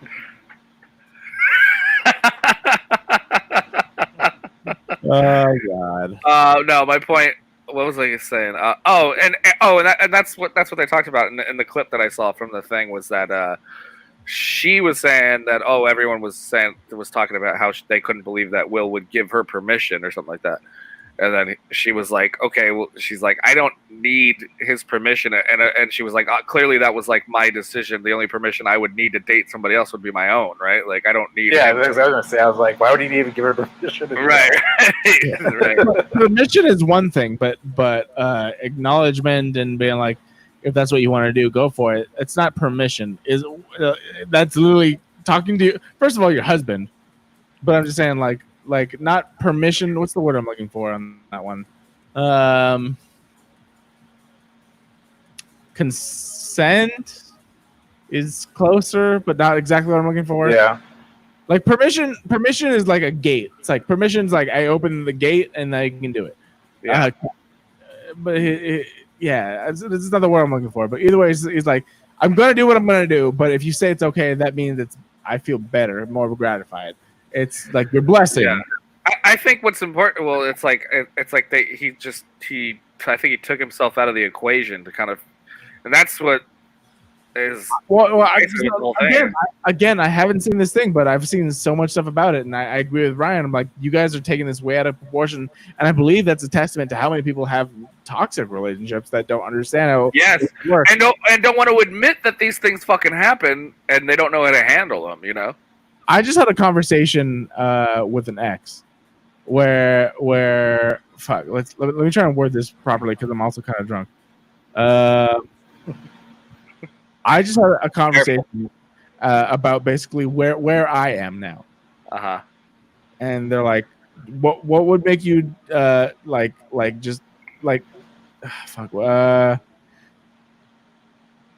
were basically saying it's like because we were talking about this exact same situation.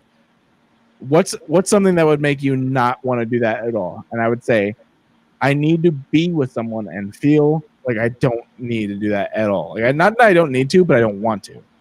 If I feel like I am missing something, that's one thing. If I am in a relationship where I don't feel like I'm missing anything, that is the thing that is ideal. Obviously, that's not everyone's relationship, but that's exactly what I would need to have a relationship where I didn't question anything. And communication is, I think, the biggest part of that, because I do not believe at all that any relationship is 100% at the beginning. Like, oh, we're soulmates, or oh, this is amazing. Oh, you mean having a partnership with somebody that doesn't really test you every fucking 5 minutes and yeah, and makes it pretty simple for you, and then you guys get along. And I mean, how dare you think that is even possible? Yes, right. I know you believe that is myth and lore, but I believe that exists somewhere. But this is exactly what I said. I said full-heartedly, like truthfully. This is exactly what it is. I know to my ex, obviously, like we were together and we were in our own situation. I believe that what would make me feel like I didn't want to pursue any avenues, not even just mentally. Let's say you go to the gym or the grocery store and you see someone in yoga pants, you're like, fuck, that looks awesome. For me to not want to look at that means that I am just like completely. It's like I've been there. Anything else? I've been there. I think it's harder for you. Oh, for me, for sure. Obviously, like I've had relationships. I'm literally saying that that's what's been in my relationships where they're like, I saw you looking at that girl. I'm like, yeah, but I didn't talk to her. I didn't fucking like acknowledge her existence. I was like, I saw someone that looked great in yoga pants. Oh wait, I forgot what your point was. I thought you were saying. I missed the point. I thought you were saying like you didn't have to look at the yoga pants. The point is to me to get to not look at them is for me to be in a place. Oh, well, you're gonna look. Yeah, for me to do my mindset that like I don't want to look because I'm good, and that's just the understanding that we had is like I haven't reached that, but I know that I can. No, okay, hold on. I think there's a difference here. There's something we need to unravel here. Go for it. I think the like seeing an attractive person and just like having the mental note like, oh wow, like that's like whoa, attractive person or whatever is one thing. And like you can make a first glance and be like shit, and then another thing to be like fantasizing about really, you know what I mean? Like I wonder how this person, you know what I mean? Like taking it to the next level, like because we're guys, dude. Like you're always gonna see a fat ass in yoga pants. It's just you're gonna notice it no matter what, you know. I But so, think that's My right, wife but is the first person to point it out. in my head, there's a scenario where I don't do that. But yes, I get that. but I know what you're saying though, because that's what I'm saying is I've been there. I've been so content in a relationship where I don't feel the like where I look back on things where I'm like, oh yeah, I was being hit on and I didn't even fucking notice. You know what I mean? Yeah, same here. Like I've actually had that where it's like, my ex was like, she was hitting on you. I'm like, was she? Yeah. But at the same time, it's like, yes, I'll walk into a fucking grocery store and watch somebody in full on workout gear and yoga pants, and it's like, oh, you know what you're doing. Don't do that. Don't do that. Yeah, I mean, look, but don't stare and make it a thing. You know what I mean? Like, I mean, grabbing Yeah, your you have to be gross about it. yeah, you don't have to. There's a difference. grabbing your attention is one thing, but the difference is like you see that and you're like, fuck, I wish, and that's where you're like, Yeah, that's where it's bad. That's bad. That's bad. That's the bad. Yeah. That's the I wish. Like the big desire of like wanting something else that is clearly. Yeah. I think that's the big difference. absolutely, yeah. The Yeah. desire. I'll say, like, as a married person, like, it's not the fact that I don't see those things, I ignore it. And, you know, and even my wife is like the first person to really point stuff like that out. Right. Like, Well, and that's the thing. That's the thing that I think is that's super important in a relationship too, right? Is like you, like the person you're with is gonna have to understand that that's just how you're wired. Like no matter, like you can't just not ever think or look at other women ever. You know? Yeah, exactly. That's impossible. It's impossible. It's not even. You're going against nature. You know? Yeah. Like if You look at it and you say, "Oh, that's nice," but you don't say, "I wish that was me." Or like be with somebody that's gonna be like, "Oh my god, look at that chick's fat tits." And Yeah, you'd be like, she does that all the fucking time. holy shit! I know. Sometimes I feel like I don't notice the things that my wife notices and points it out to me. Right? You see how big that ass was? I know. Yeah. Yeah, I'm like, no, where? She'll point it out No, to me. I didn't, but I'm like, it's awesome. right there. But that's great because that just means you guys understand each other and you're happy. You know. Yeah, I think Yeah. being on the same page is vastly the major thing here. It's people that are on different pages, like, and being able to communicate is the best thing. It's like I was growing. That's number one, obviously. That's gonna be number one. Brought up in a certain way. If you are brought up in a different way and we don't see eye to eye and we can't see eye to eye, it's difficult. Versus, of course, being brought up differently and then being able to share ideas. I was brought up this way, you were brought up that way. I can understand both of the views. Yeah, that's you know what I keep running into is I have bad anxiety, depression, and that's just who I am. And it's like, no, it isn't. That's what you have. Like that's not who you are. You know, like I have waves of massive depression. Like yeah, we all fucking do. Like it shouldn't define who you are. Yeah, I don't like people that are like, that's who I am. I can't get better. I'm like, yes, you can. Yeah, you can. Yeah. And it's like even if it's the tiniest bit, you can. Yeah. But you're not trying. Like I shouldn't be the person constantly apologizing and understanding and trying to change, you know? Yes.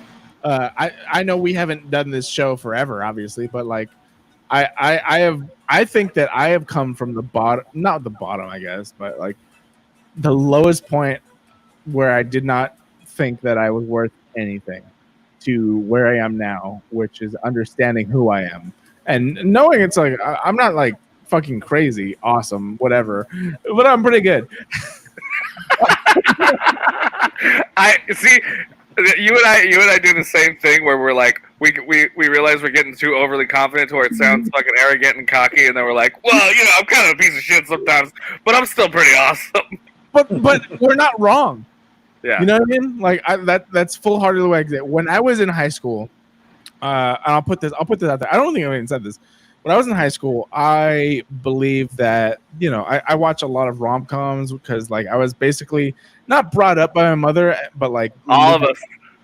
legitimately the feminine part of my family was the more predominant part. That's who I talked to the most. That's who I spent most time with. We watched rom-coms, we watched fucking CW shows, we watched all this stuff. And my whole thing was that you needed to be chivalrous, you needed to be this fucking cookie cutter, romantic dude persona. Sure. And that's not how Pussy. that's not how life worked at all. I did not have a masculine presence to tell me otherwise until later on. Yeah. So that's how I was, and I was obviously kicked to the curb time and time again because of the fact that that's what I thought. Because you're being a little bitch. I was, but that's because I didn't understand otherwise. It wasn't until later that I discovered I could be better. As far as better in what I'm saying is understanding, not as far as value. It's not a mathematical thing. You understand more, you are better. Period. That's it. Yeah. The more you understand, the better you are as a person. So never ever close your mind. And the past and your past doesn't define who you are and who you're going to be. Absolutely. Right? Like, so like, let's just say you wound up with somebody that you met in high school, right? Like, and then you guys start dating again. Like, if she can constantly start talking about how you were fucking 15 years ago, like, that's gotta be like I mean, obviously it's a huge red flag, but it's just, that's what I'm saying. It's like. And on the flip side, there are actually a lot of women that we went to high school with that have changed drastically themselves. Sure. That I'm like, wow, you are very different than who you were in high school. So I'm like, that's amazing. Good for you. I would love to talk to them. Obviously, we're in a fucking quarantine.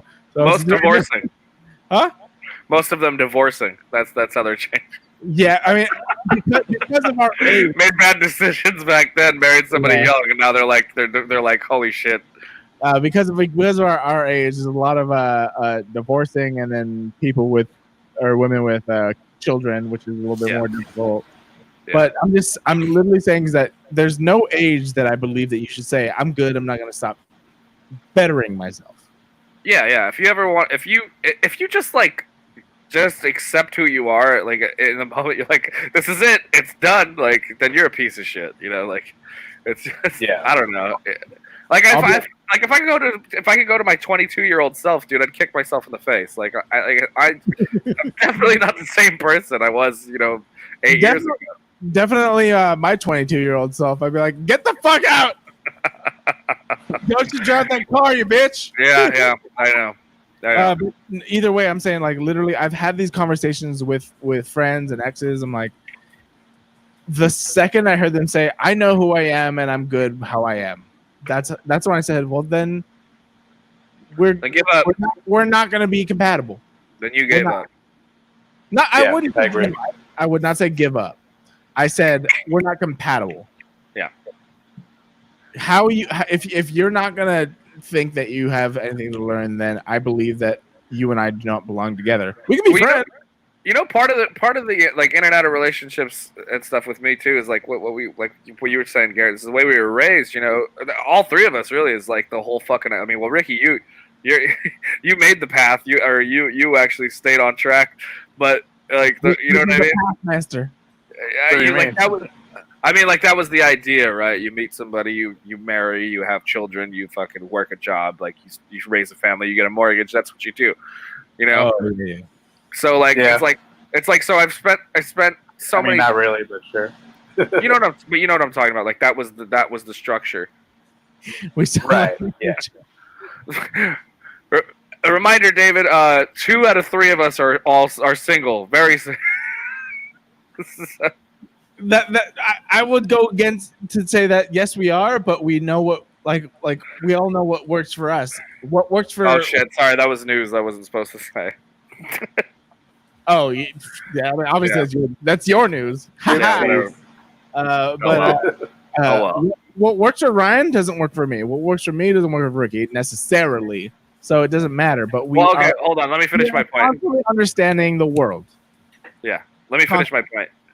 My point was, and I think that's why I end up in these such, rocky relationships sometimes, is because I spent most of my life thinking that, like, fuck, dude, my shit, sorry.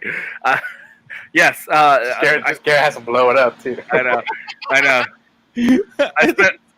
I spent most of my life thinking that, like, that was the thing you're supposed to do, right? Like, you're supposed to, you know what I mean? So, like, so literally at like 27 and like in my mid 20s, like, I was like, oh, I gotta fucking lock something down before I'm 30, like, that's just what I have to do. Especially after that accident, like, not to bring that back up, like, that whole thing really shook my core. Like, I thought, like, I was like, fuck, I'll die at any moment. Like, I gotta get this shit done before I'm 30, and then I hit 30 and I'm like, well, here I am. I hope I get it by 40, I guess.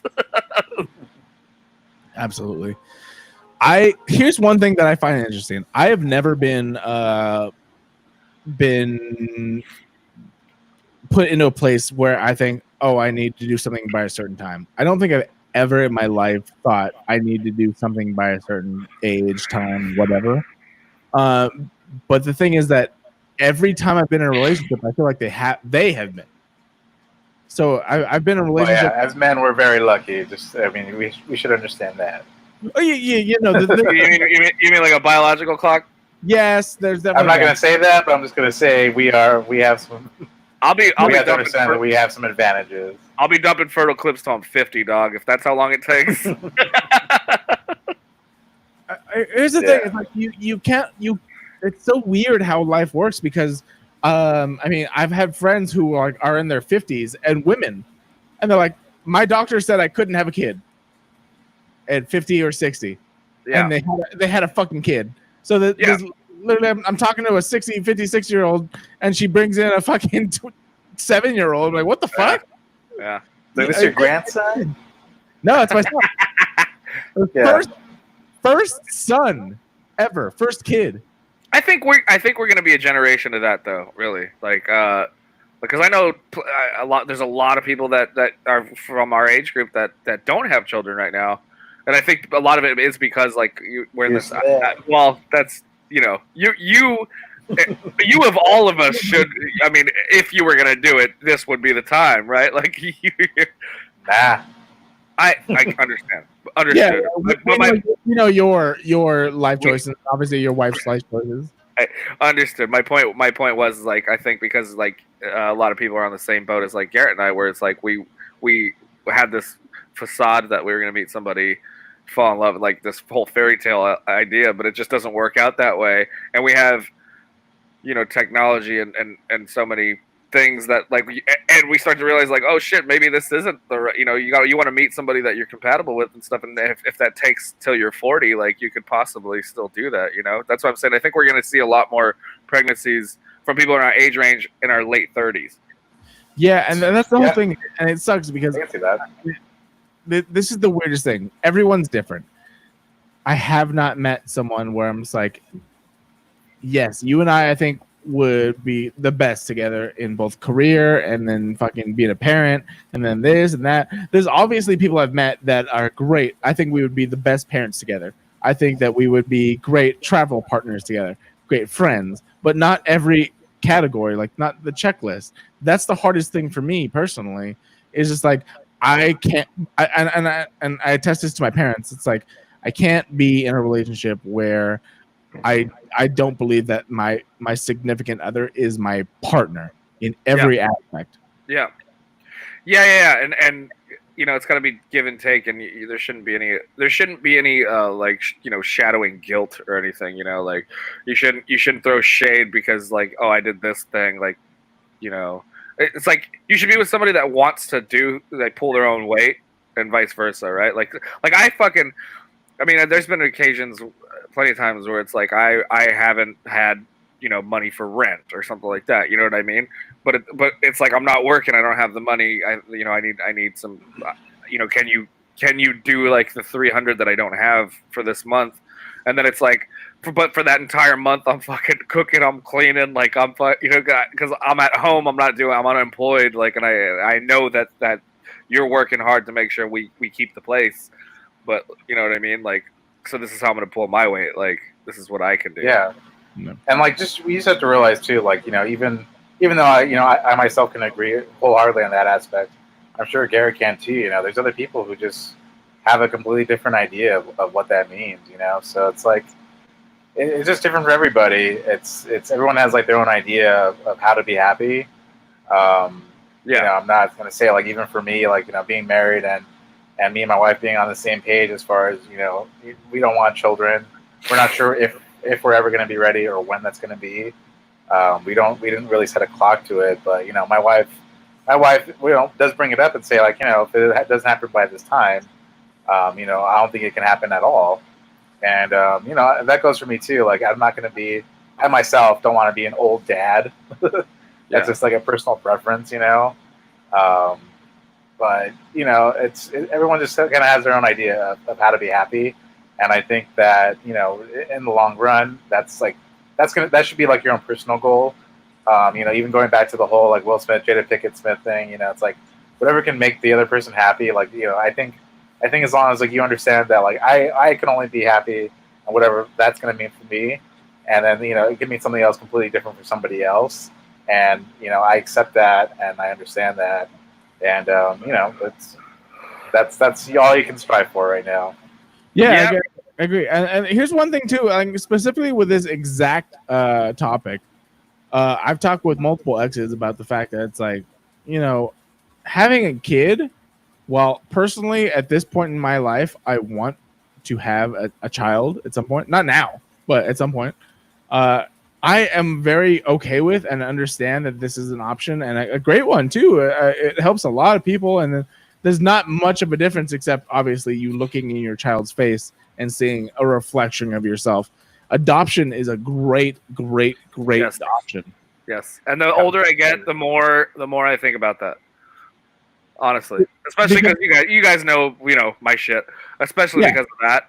But also, I mean, sorry to cut you off, but literally the point that I was trying to make is like, I didn't understand how much I would love a kid until I had like relatives like this. So like, my cousin has a daughter. If for whatever reason anything happened to them, I would 100% raise her as my own because I love her with every fiber of my body. Sure. She looks nothing like me. She's a blonde-haired, blue-eyed, tiny, like. Yeah, that's not the fucking point. Yeah, like I have pictures of her on my Instagram where it's like, this is my cousin. We look nothing like. Yeah. Like, and God forbid, obviously, anything happens, I would raise her as my own. No questions asked whatsoever. I'm her dad. Yeah. But so that's what. Yeah, me too. That's what makes me feel like. But I love that a tragedy would be the only thing to get you to adopt a. No. Fuck you.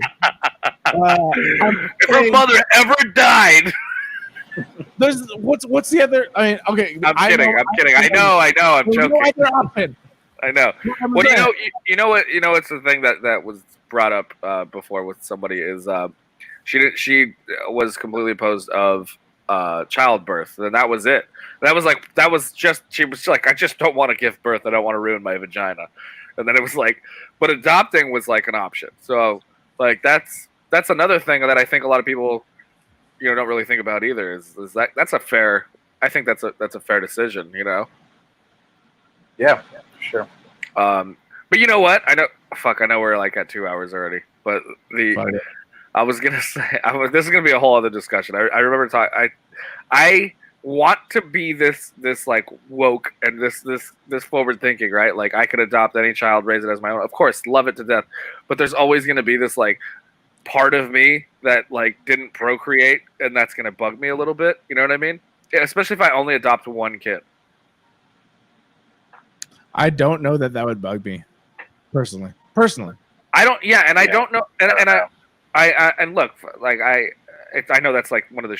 It's not a good thing to say, right? But it's not a good thing to think. But also, I'm not entirely sure how I would react in a situation like that. And it's like, obviously, I'm not going to adopt any kids anytime soon. But if I want to be absolute sure I guess I would. What I'm saying is, I would love to have my own, and then some. That would be my ideal situation. Oh, one of my own children, and then adopt 2 other kids, and have like 3 kids. You know what I mean? Yeah, no, I understand. And there's like I said, the ideals. But However, I have no problem being only adopted and then partially adopted. I do not have any fucking bias against that at all. I mean, I guess the whole thing is I and this is kind of unfair. I want to know, which is not something that I think a lot, because like I said, going back to my friend, she's like, doctor said I couldn't have kids. Had a kid. Yeah. You know, it's like I'd like to be pretty sure if I could or couldn't have kids, to be honest. Well, you know, and you know, like Ricky said, guys are pretty lucky, and our turnaround on that is actually pretty. I mean, the odds aren't against us. You know, even if your sperm count's low, you can do enough to get it back up. My friend was a woman. Yeah. She was a. I know that. I'm saying you were saying if you would like to know if you could, right? But either way. My partner or myself. If they say you can or can't have kids, I'd like to have that to be a definite. Sure. Abstinence. Thank you. That. Oh, look at that! The best wife in the world. No, my wife just brought me another beer. I guess she saw that I was empty. So I mean, oh yeah. Thank you. That's the kind of shit we need. We need that shit. Never in my life has any of my girlfriends given me a beer on camera, ever. Yeah. What a woman! Yeah, I mean she's the best, you guys. Tell her right now. I don't want to talk shit, but I mean, I never want to like. I always feel weird, like promoting anything like about my own life, but I do have a pretty great life. My wife amazing. What do you mean promoting? you're not telling people. That's what it feels like. That's what it feels like when you like talk about like personal things. Hey guys, date my wife. She's awesome. No, I'm just saying, like promoting the things about your own life. Justine, miss you. Promoting my wife. No. Like, I know. You said the wrong word, but that's why I'm fucking with you. Promoting my wife. Oh god. Like, you guys can rent her for a day. She pours beers.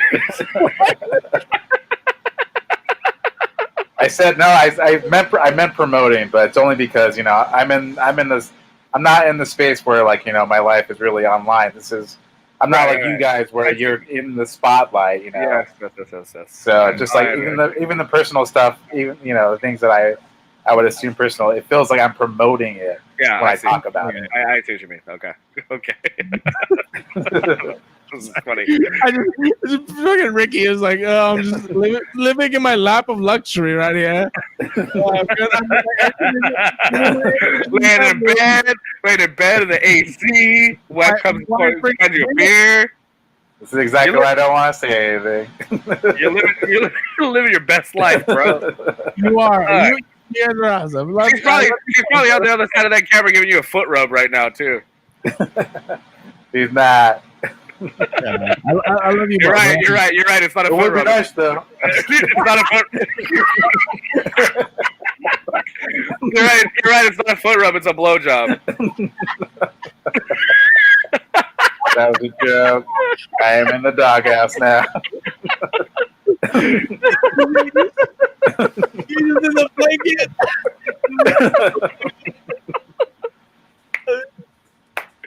Oh man. Love you guys. All right, guys. Let's wrap it. That's the ideal. It's the ideal woman. Cheers. Justine. Cheers. We love you. Everybody love everybody. Yeah, everybody love everybody. Oh my god! All right, we don't have a lot of time. Do we want to talk about anything else specifically? I mean, really, there's not much. What are you saying?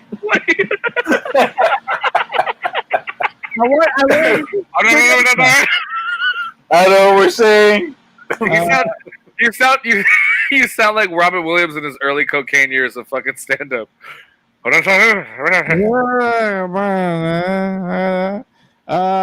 Palm Springs. Have you guys watched that at all? I have to pee again. I don't know if we're wrapping up or what, but my bladder's gonna explode. All right, well, I'll just fucking wrap it up. We Fuck can it. talk about Palm Springs. I don't know. You want to talk about Palm Springs? Talk about Palm Springs. I'm gonna piss. I'll tell you what I'm watching. Go ahead. Ryan, have you seen it? I never seen it, but I'll talk to you guys about what I'm watching too. So go ahead. Well, go pee. Palm Springs. This will be my last story because I mean, I feel like we're going off the rails already, and we're pretty drunk. We're pretty good. We're pretty nice. Palm Springs is a brand new movie that released onto the Hulu platform. It was, I believe, acquired at some sort of film festival, and it stars Andy Samberg and Christine Milioti, and it's essentially a time travel kind of comedy rom-com, I would say, for sure. This is all stuff that what I'm mentioning is stuff that is in the trailers, so do not come at me with spoilers. It is a rom-com that takes a time travel aspect where they become in a loop in their lives, similar to a Groundhog's Day. However, it's a lot more lighthearted, more funny, more rom-com-y. They're doing something different, I think, in this movie, and I really enjoyed it. Ricky, did you enjoy this movie? You saw it, correct? Yes. I mean, we could say that we saw it together. I don't know why. I mean, saw it together, but separately. Yes. You know, obviously, it was a social distance watch party. I want to pause real quick. Lemmy. Can't hear you. All right, Lemmy's behind the chair. But Lemmy, I wanted to see if he saw it. But yes, we saw it together in a social distance watch party. That's as distances as you could get. Yeah, you were at your house, and we were in Garden Grove, at least an hour away, I would say. Yes, miles apart. Miles and miles apart. But we saw it together, and I think we enjoyed it very much. But I want to get your on camera things, Ryan. What is Palm Springs? Yeah, I totally enjoyed it. Palm Springs is also it's produced by the guys Lonely Island, who if you guys don't know what they've done before, obviously Saturday Night Live, Hot Rod, and Pop Star Never Stop Poppin', which are both movies I really enjoyed. That one was a letdown, the Pop Star one. I don't like too much. I agree. I thought it was pretty funny. I watched Hot Rod again the other day. Oh God, that movie. Hot Rod's great. I need to rewatch Hot Rod because you guys both are about it. I fucking love that movie so much, dude. I Bill Hader. I agree with Brian. I am whatever about Pop Star. It was okay. It's not Hot Rod's a heavy hitter. That's I Yeah. like the songs more than anything. Okay. Yeah. Well, I've been drinking green tea all day. It's totally my hat now. Oh, it's my hat now. I go to church every Sunday. You're gonna bring the devil out of me. McBride in that movie is fucking hysterical, dude. Yeah, I mean Bill Hader, fucking Danny McBride. It's like heavy hitters. It's the whole so movie. funny. The whole movie is so funny. Anyway, but yeah, so I mean, Palm Springs, I never even heard of it. Yeah. So Palm Springs is produced by them. Stars Andy Samberg.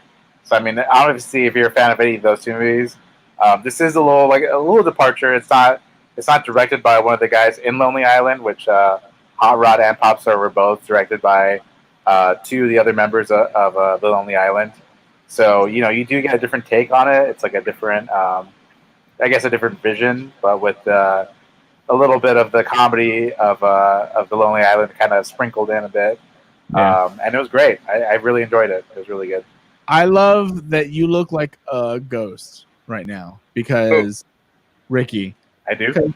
He has his dark background, his dark shirt, and then it kind of, at least in my view, bleeds into bleeds into the rest of the Humpcast banner. He's floating head. He's like just my head. Yeah. Garrett's drunk, guys. Yeah. Okay. For sure. What's it on? What's Palm Springs on? Hulu. Oh, it's on Hulu, and it came out the whole season, or it's just a movie. Oh, it's a movie. Oh, I'll probably watch it tonight then. I would highly recommend it. Yeah, you should. You know what I watched? So a couple things. King of Staten Island. Did I tell you guys I watched that? You didn't. No. But I know you hate. I'm surprised you watched it. Here's the thing. I think I hate Pete Davidson as a stand-up. I mean, he's a decent joke writer. He does his like roast stuff is good. His stand-up's okay. I don't understand why he was on SNL because he's always just Pete Davidson. And he just I don't know. He just kind of irritated me his online presence and shit like that. Right. That's why I hated him so much, especially being on Saturday Night Live. It's like, why the fuck do you even put this guy on TV at all if he's not even gonna be in a sketch? Like, it's just he got all the money and all the fame without doing any of the fucking work. He could have been a lot of the writing too. Doubt it. Anyway. Okay. I was there. Anyway, he is kind of irritating to me as a person, which is what bothered me the most about this movie. Is the character he's playing is obviously, derived from himself. But he's a very fucking irritating person. It's like the angle is like lovable loser, but he's a fucking fungus. Like he just like he's a succubus. He just lives on other people and their emotions and stuff, and which is, I mean, obviously what the movie is for. But he's such a hateable person in that movie. And for being the protagonist, I think really is what kind of bothered me about this movie particularly. Like, especially for it being a Judd Apatow movie. You know what I mean? Like I didn't relate to him. I mean, I did a little bit as being like, a bit of a lost, early 20s person or whatever. Yeah. But he just the decisions that were made and the things that he does and says are just so fucking annoying. I guess that's what was intended. That's the point. Is he's supposed to be this person. Bill Burr kills it. Bill Burr's amazing. Fucking knocks it out of the park. The kids. Let me see Billy Burr. The kids that were involved in this movie also killed it. Nice. There were a few weird edit things that like I was a little weird about. I thought it was too long. I thought it dragged a little too long. I thought they could have gotten to the point a lot sooner. Is it free on Hulu or anything? No, I actually bought it. I paid $20 for it. So Pete Davidson. Wow, I'm really surprised. Owes me some fucking money. No, I'm just kidding. No, because I did want to see it. I love Judd Apatow, and I heard great things about this film, and it looked okay. And I really enjoyed that other one that he was in.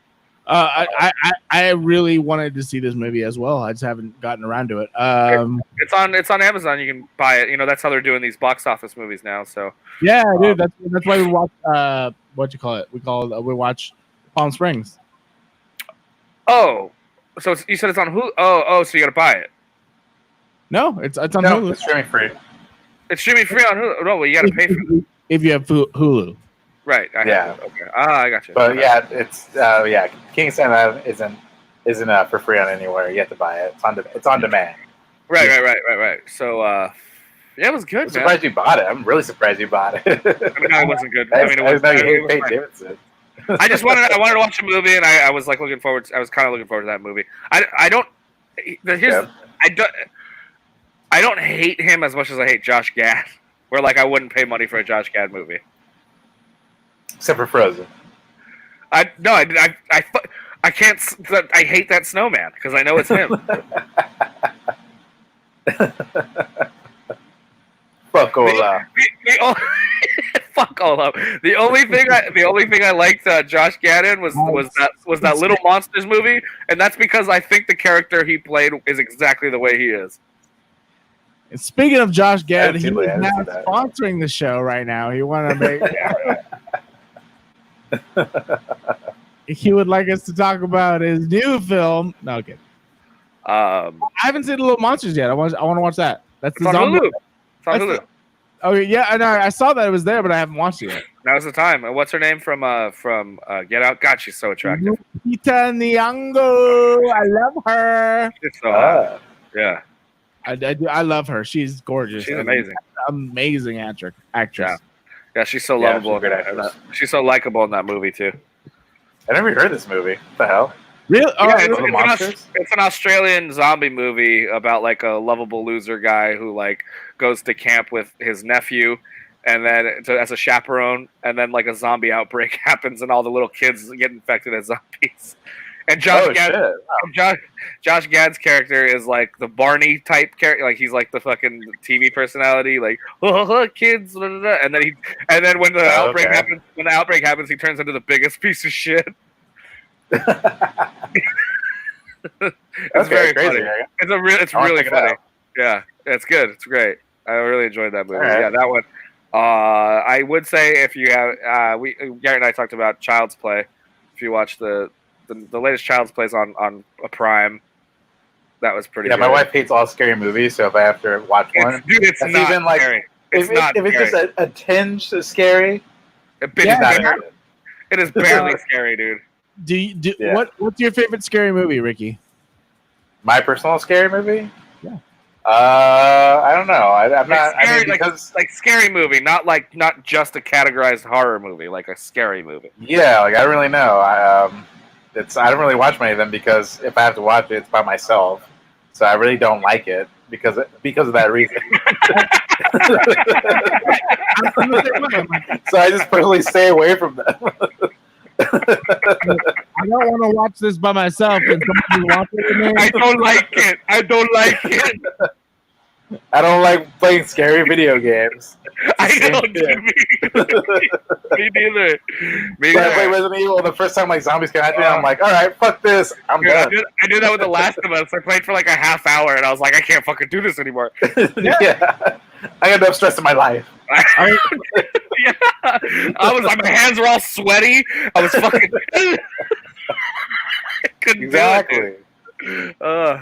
I was looking at our Outlast playthrough, which, by the way, you can catch on the Humpcast YouTube channel. By the way, I forgot to tell you guys. I downloaded it.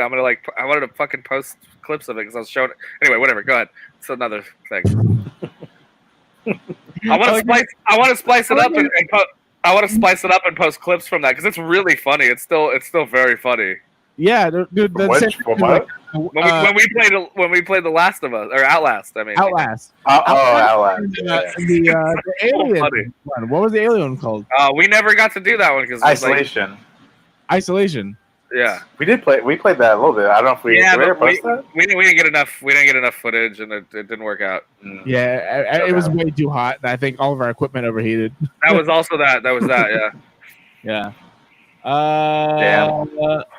I don't remember what I was saying. Scary games, Ricky. Scary movies. You don't do scary. Yeah, movies? I mean So I guess my favorite, the only one I've really seen lately, I would say in theaters was the first the new It movie. I saw it by myself. I saw it in the second one. You saw it by yourself. Yep. And that was scary as fuck. Yeah.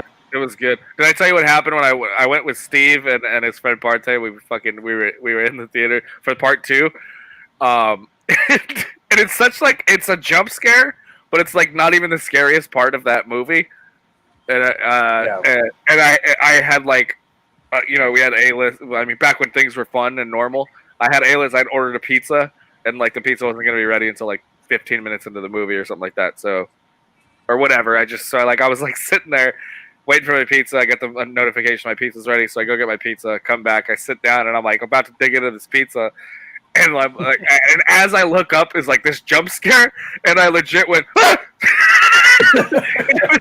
You just flipped your pizza? And I audibly screamed, and it probably was worse than that. I mean, it was like a Homer Simpson, ah! and it made everyone around me jump because I screamed. And the whole row looked at me like, you fucking bitch. And Steve was sitting there, he's just crying. He's tears running down his face because he's laughing so hard. Because I just was I was into the pizza. I was not even paying attention to Yeah, but the second one's good too. Yeah.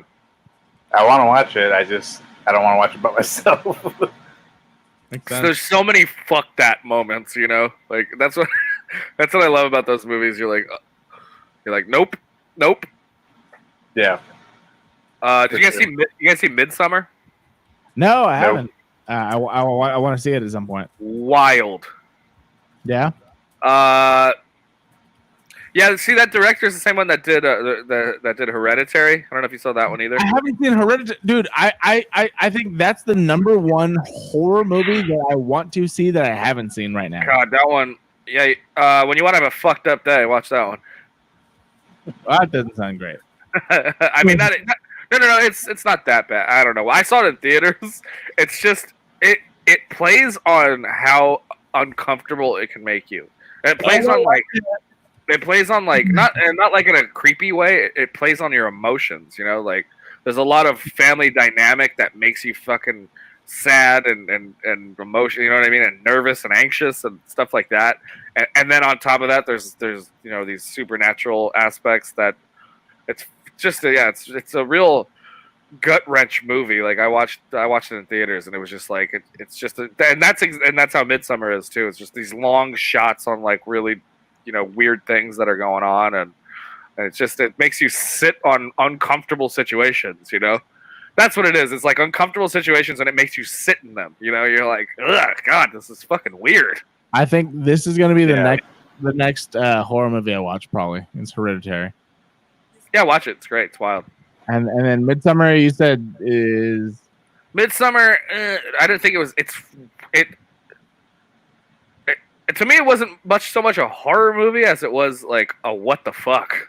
A creepy, yeah. Yeah, it's just that's what it looks like. That's what it looks like. There's just a lot of what the fuck. It's just very weird, And yeah, I guess based on like actual things that like actual rituals that happen, and I guess it's somewhere in fucking Europe, but it's like culty type stuff. So's the other one. The other one kind of has like these supernatural, like occult vibes or whatever. Hereditary, but yeah, Midsummer was just. I finished the movie and went, huh.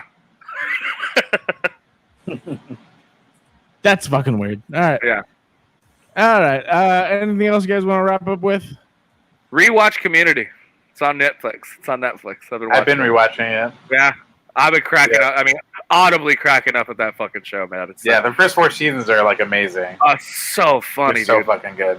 And then it starts to get weird as they trickle out Chevy Chase. It's very obvious. It's after the 4th season. It's like the beginning of the 4th season. Yeah. And they do that. He's just in these random scenes by himself. You're like, yeah. I've never watched Community. Watch it, dude. You're gonna love it. You of all people would love it. I think I would. The first 4 seasons. The things that I've seen are great. You would love it. People tell me the first season is kind of difficult, but the second and on. No way. I don't say that. No, I love the first season. That's probably one of the best ones. Yeah. I watched the first season when I was going to community college. That's why it made it so much funnier. So that makes sense. Yeah, me too. I finished Avatar: The Last Airbender on Netflix, obviously, and I've been watching Korra. Love that. Check that shit out. The Boys season 2 is coming out pretty soon too. Of what? The Boys. Oh, The Boys. Yes. Wait. What? Yeah. How did you get to that? What I said? We were just talking about things to watch. Oh, you're just like, oh, season 2 is coming out. Yeah, just saying. Season 2 is coming out. So but you didn't watch say it when it happened. What it was. I said The Boys. I said The Boys season 2 is coming out. Oh, maybe I didn't hear you. And also, no, it's literally. I was like, watch Korra. It was cool, and you're like, yeah, season 2 is coming out. I'm like, I said The Boy. Whatever, dude. Just move on. Cool. I did that too. Down to Earth with Zac Efron. Surprisingly, very fucking good. This motherfucker. What do you? Rockhound IPA? Did we even get to what you were drinking? We didn't. Yeah, no, I was having a White Claw and Trulies, but this is from Arkansas. Arkansas? Steve took a trip to Arkansas and brought me back some beer. That's nice. Oh, pretty nice. good. That's cool. I would highly recommend you guys watch Down to Earth with Zac Efron. Super surprised with how good that is. This motherfucker is going around the world and literally learning and multiple times throughout here he's like, dude, I've been living my life entirely wrong the entire time. Like he's learning and it's like a reality show. no, it's him. It's him basically going around the world, learning from people, and then he's like, "Wow, everything that I've ever learned is wrong." Right. So that's what I'm asking. It's like a documentary. Then I thought it was like a real movie. No, documentary type thing where he goes around and learns stuff. Well, that's pretty cool. I like stuff like that. I love it because he's not being a dick at all. He's just like, dude. Right. He literally, multiple times he's like, everything I've ever learned is wrong. Yeah. I watched it. And I watched the first 3 episodes. The 3rd episode, I was like, that was super fucking culty. I think it was in Costa Rica. Really? Colts. Hold on. Wait. Okay. So wait. Time It out. was super culty. Different, but yes, I understand what you're talking about. Yeah, yes. But what he's learning about the food is different. This is on Netflix. Yeah. This is on Netflix? Yes. It's on Netflix. Okay. Did you guys ever watch? Okay, I'm gonna check this out because I really like this show called Dark Tourist. Did you ever watch that one? No, I've never heard of it. No. Dude, it's on Netflix. You gotta check it out. It's this dude from he's like this New Zealand a reporter, and it's a docu-series where he goes to different countries and goes to their like darkest tourist attractions. I mean, like those crazy fucking haunted houses where they they throw you and they waterboard you and shit like that. Like he does that wild shit. He goes to goat sacrifices and all this, like it's wild shit, and he hangs out with tribes and all these other stuff. It's wild. It's really cool though. It's fascinating. What's it called? Cool. It's called Dark Tourist. You got to check it out. You'll be hooked. It's good. All right, I'll look. All right, I'll check that out. You watch Down to Earth. Going to Ricky's thing, the actual places where he learns is one thing. Jesus, sorry. What he's experiencing is what I like. Okay. Yep. Cool. On that note, I want to thank you all for listening. Cheers, motherfuckers. My name's Garrett Lee. I'm Ryan D. I'm Ricky C. Cheers, motherfuckers. Salud.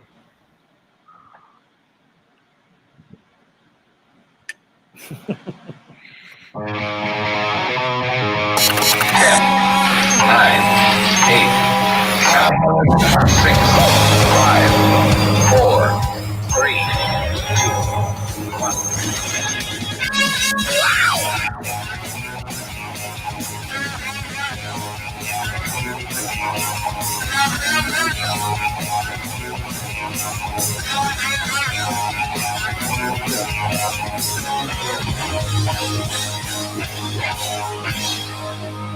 Hit it already!